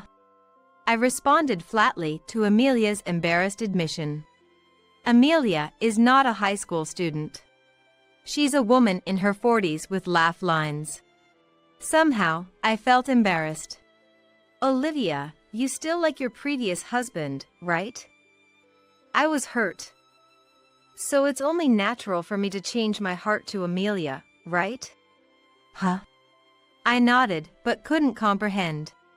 Olivia, I'm really sorry. Her apology lacked any genuine emotion. Amelia clasped her hands in front of her chest, pouted her lips, and tilted her head slightly. She leaned in close and whispered in my ear, "The rich husband and mansion are mine. I'll introduce you to my ex-boyfriend as a thank you." The overpowering scent of a strong toilet air freshener gave me a headache. Her bright red lips barely touched my ear, causing goosebumps to spread uncontrollably. It's okay, relax. That ex-boyfriend is also part-time. You likes those kind of losers, right? Riches and mansions don't suit plain Olivia. Just get out. With her foul breath on me, Amelia finally moved away. I was completely frozen. Amelia crossed her arms with satisfaction, puffing out her chest. Get out? I had unconsciously held my breath, making my chest hurt. Breathing heavily through my shoulders. Get out? My breathing was so erratic I couldn't speak properly. Amelia laughed loudly at this. No, Olivia, don't cry. Poor Olivia.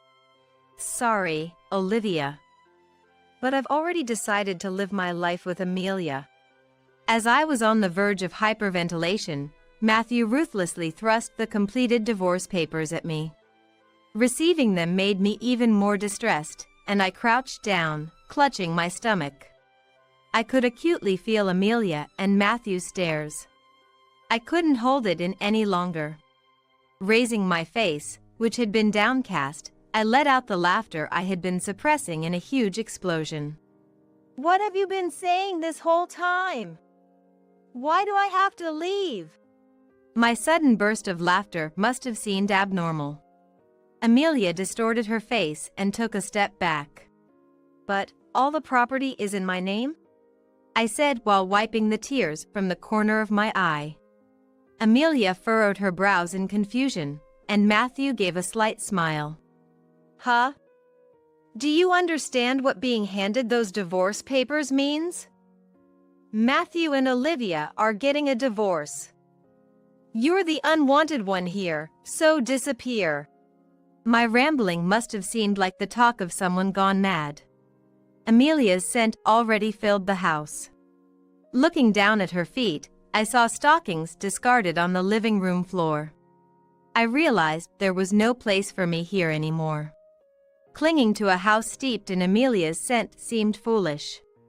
Why don't we just move to another house? No way.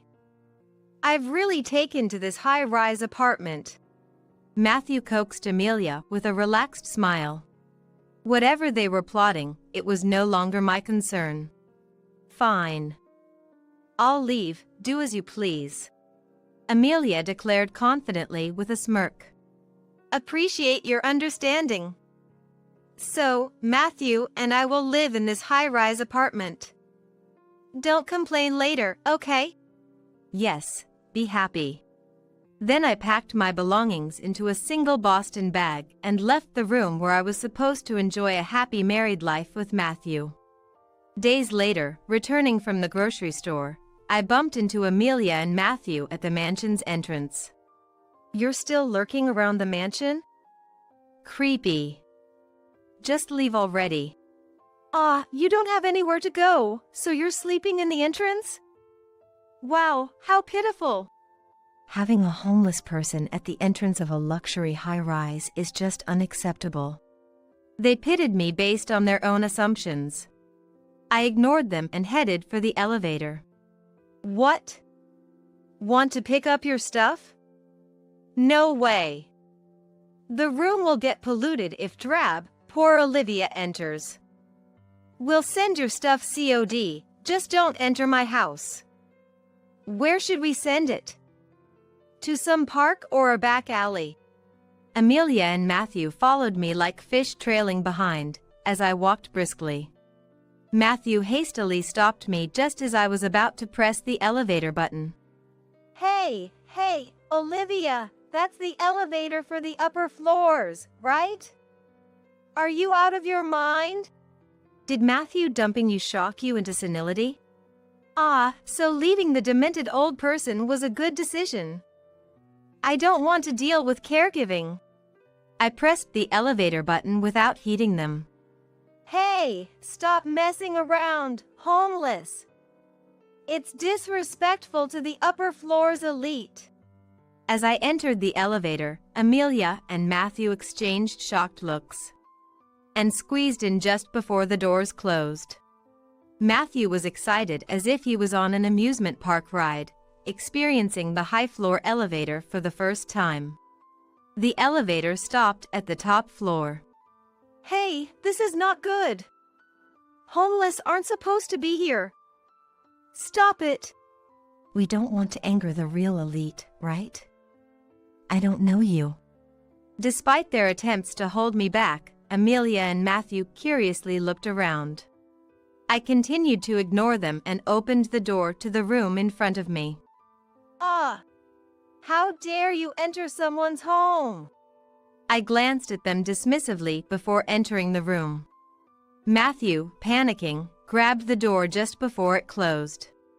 He slowly pulled the door open and stepped into the room on the top floor of the high-rise apartment.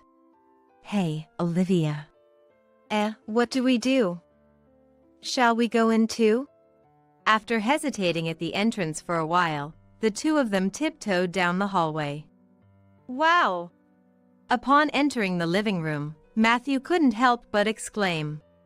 The room, with its floor-to-ceiling windows, offered a panoramic view of the city skyline.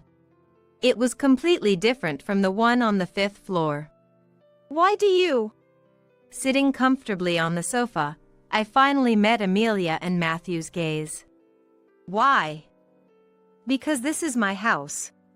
Amelia and Matthew's mouths hung open in shock, as if their jaws might drop.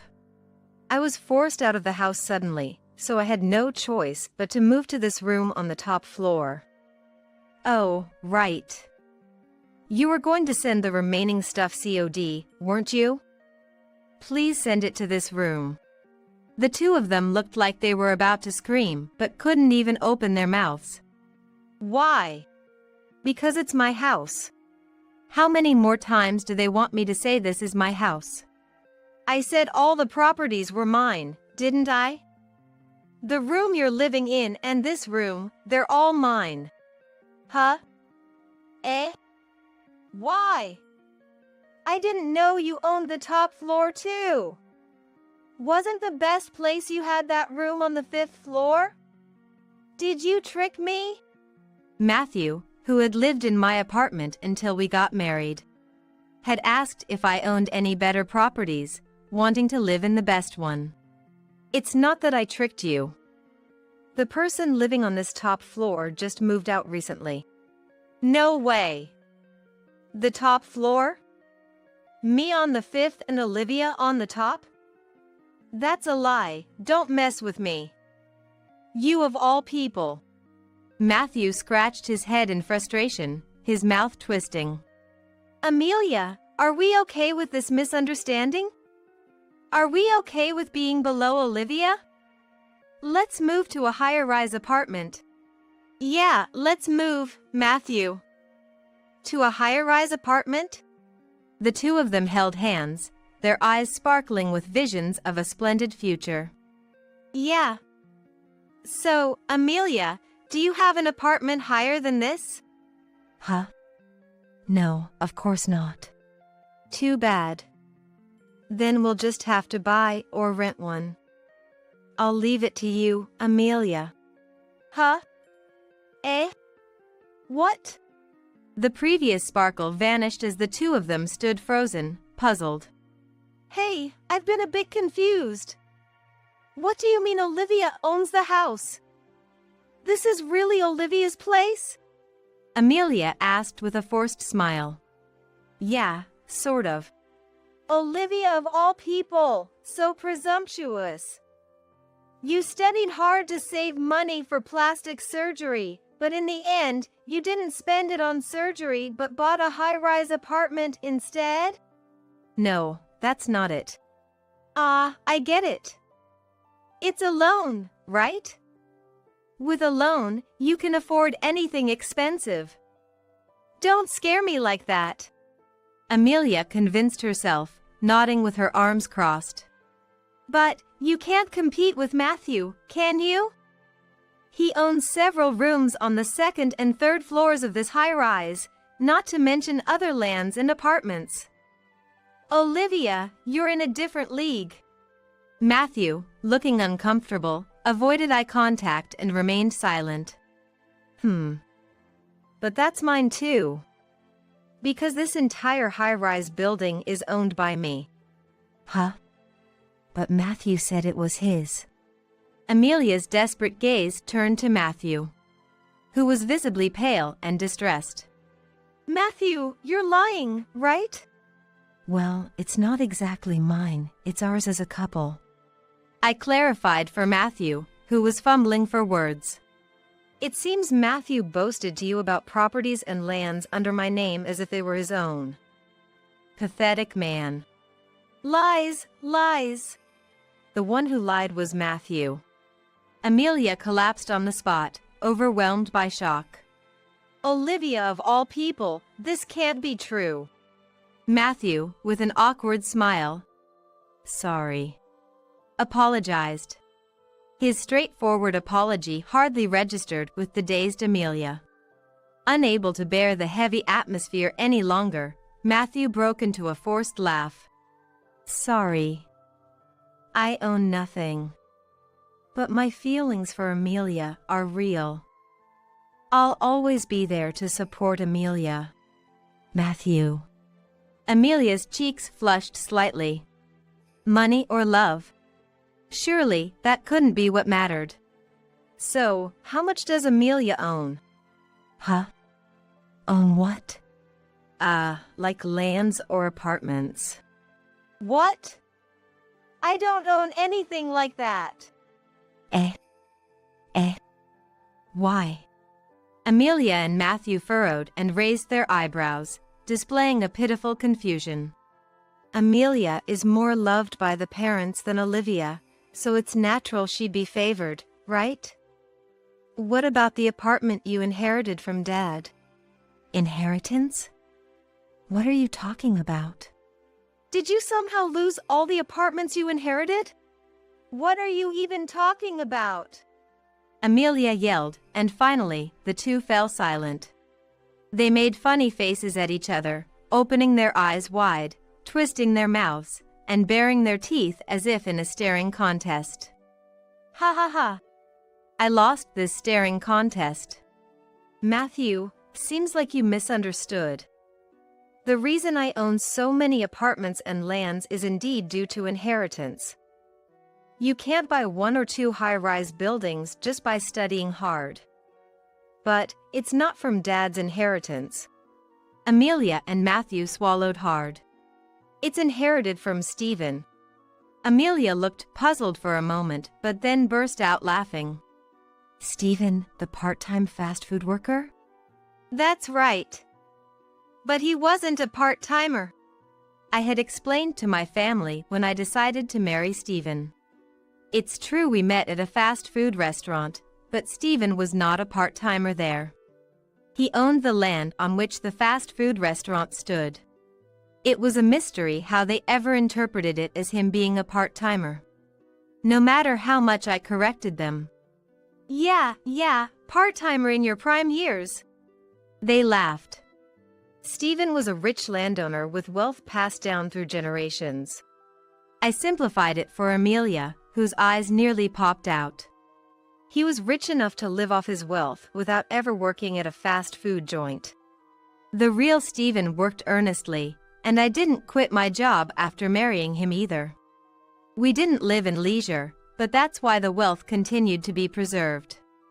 Furthermore, I learned to invest and nearly doubled the fortune I inherited from Stephen. Matthew's lips trembled slightly. I did say it was inherited, but why from an ex-husband? I thought it was from your dad.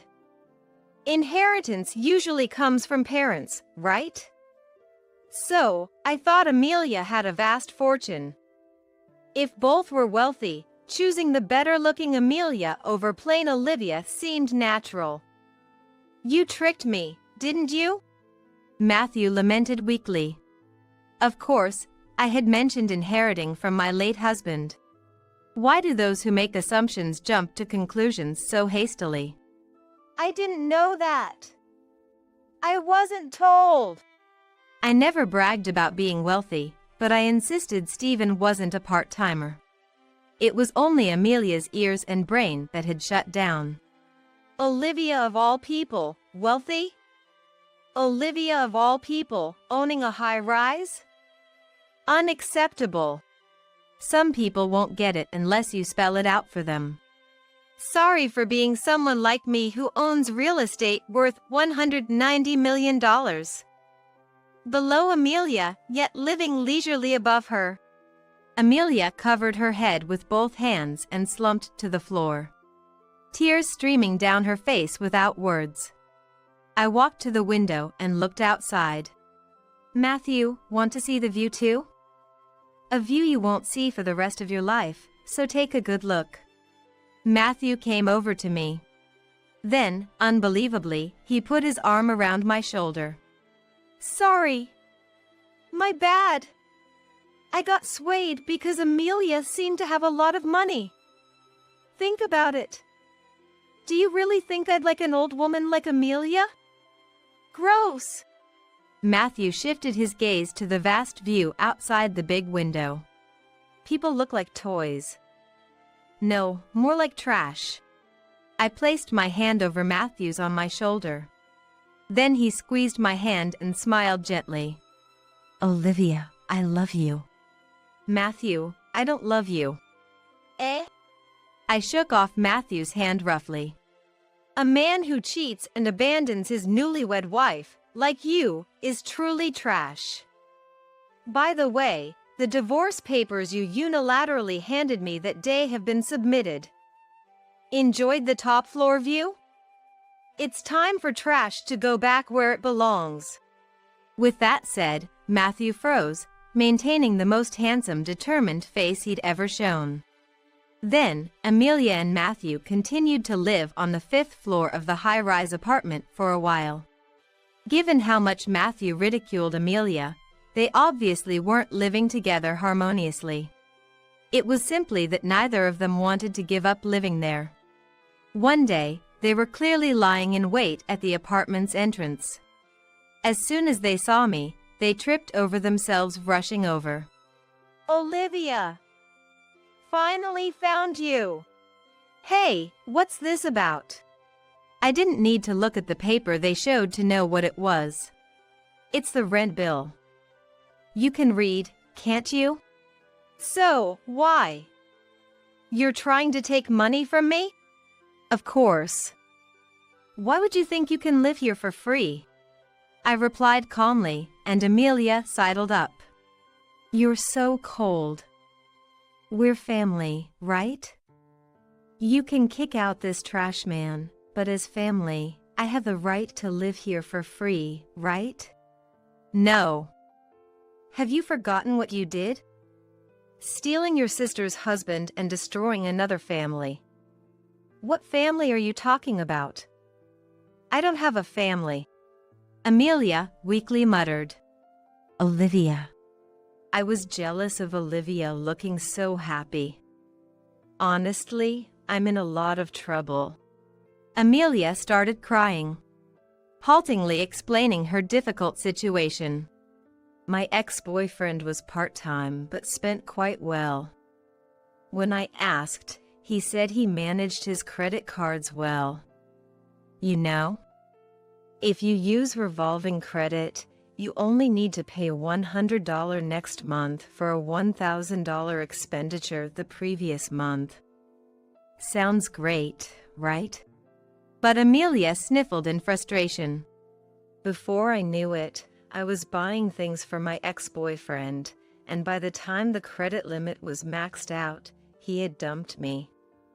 I'm so pitiful, right?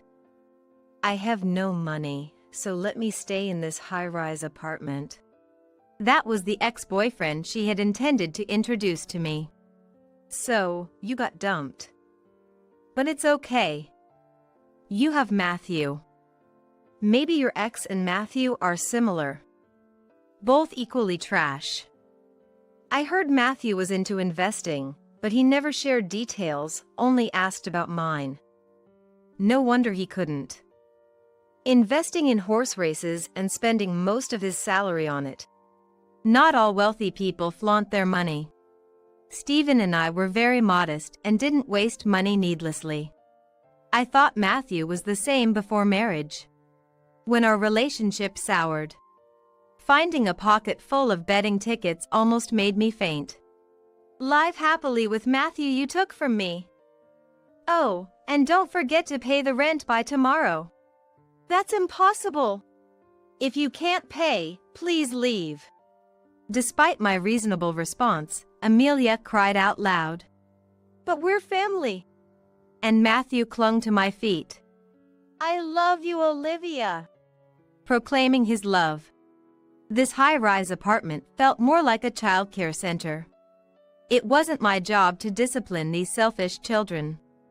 Eventually, Amelia and Matthew couldn't continue to live in the high-rise and had to leave. I moved too, so there's no more worry about being ambushed by them.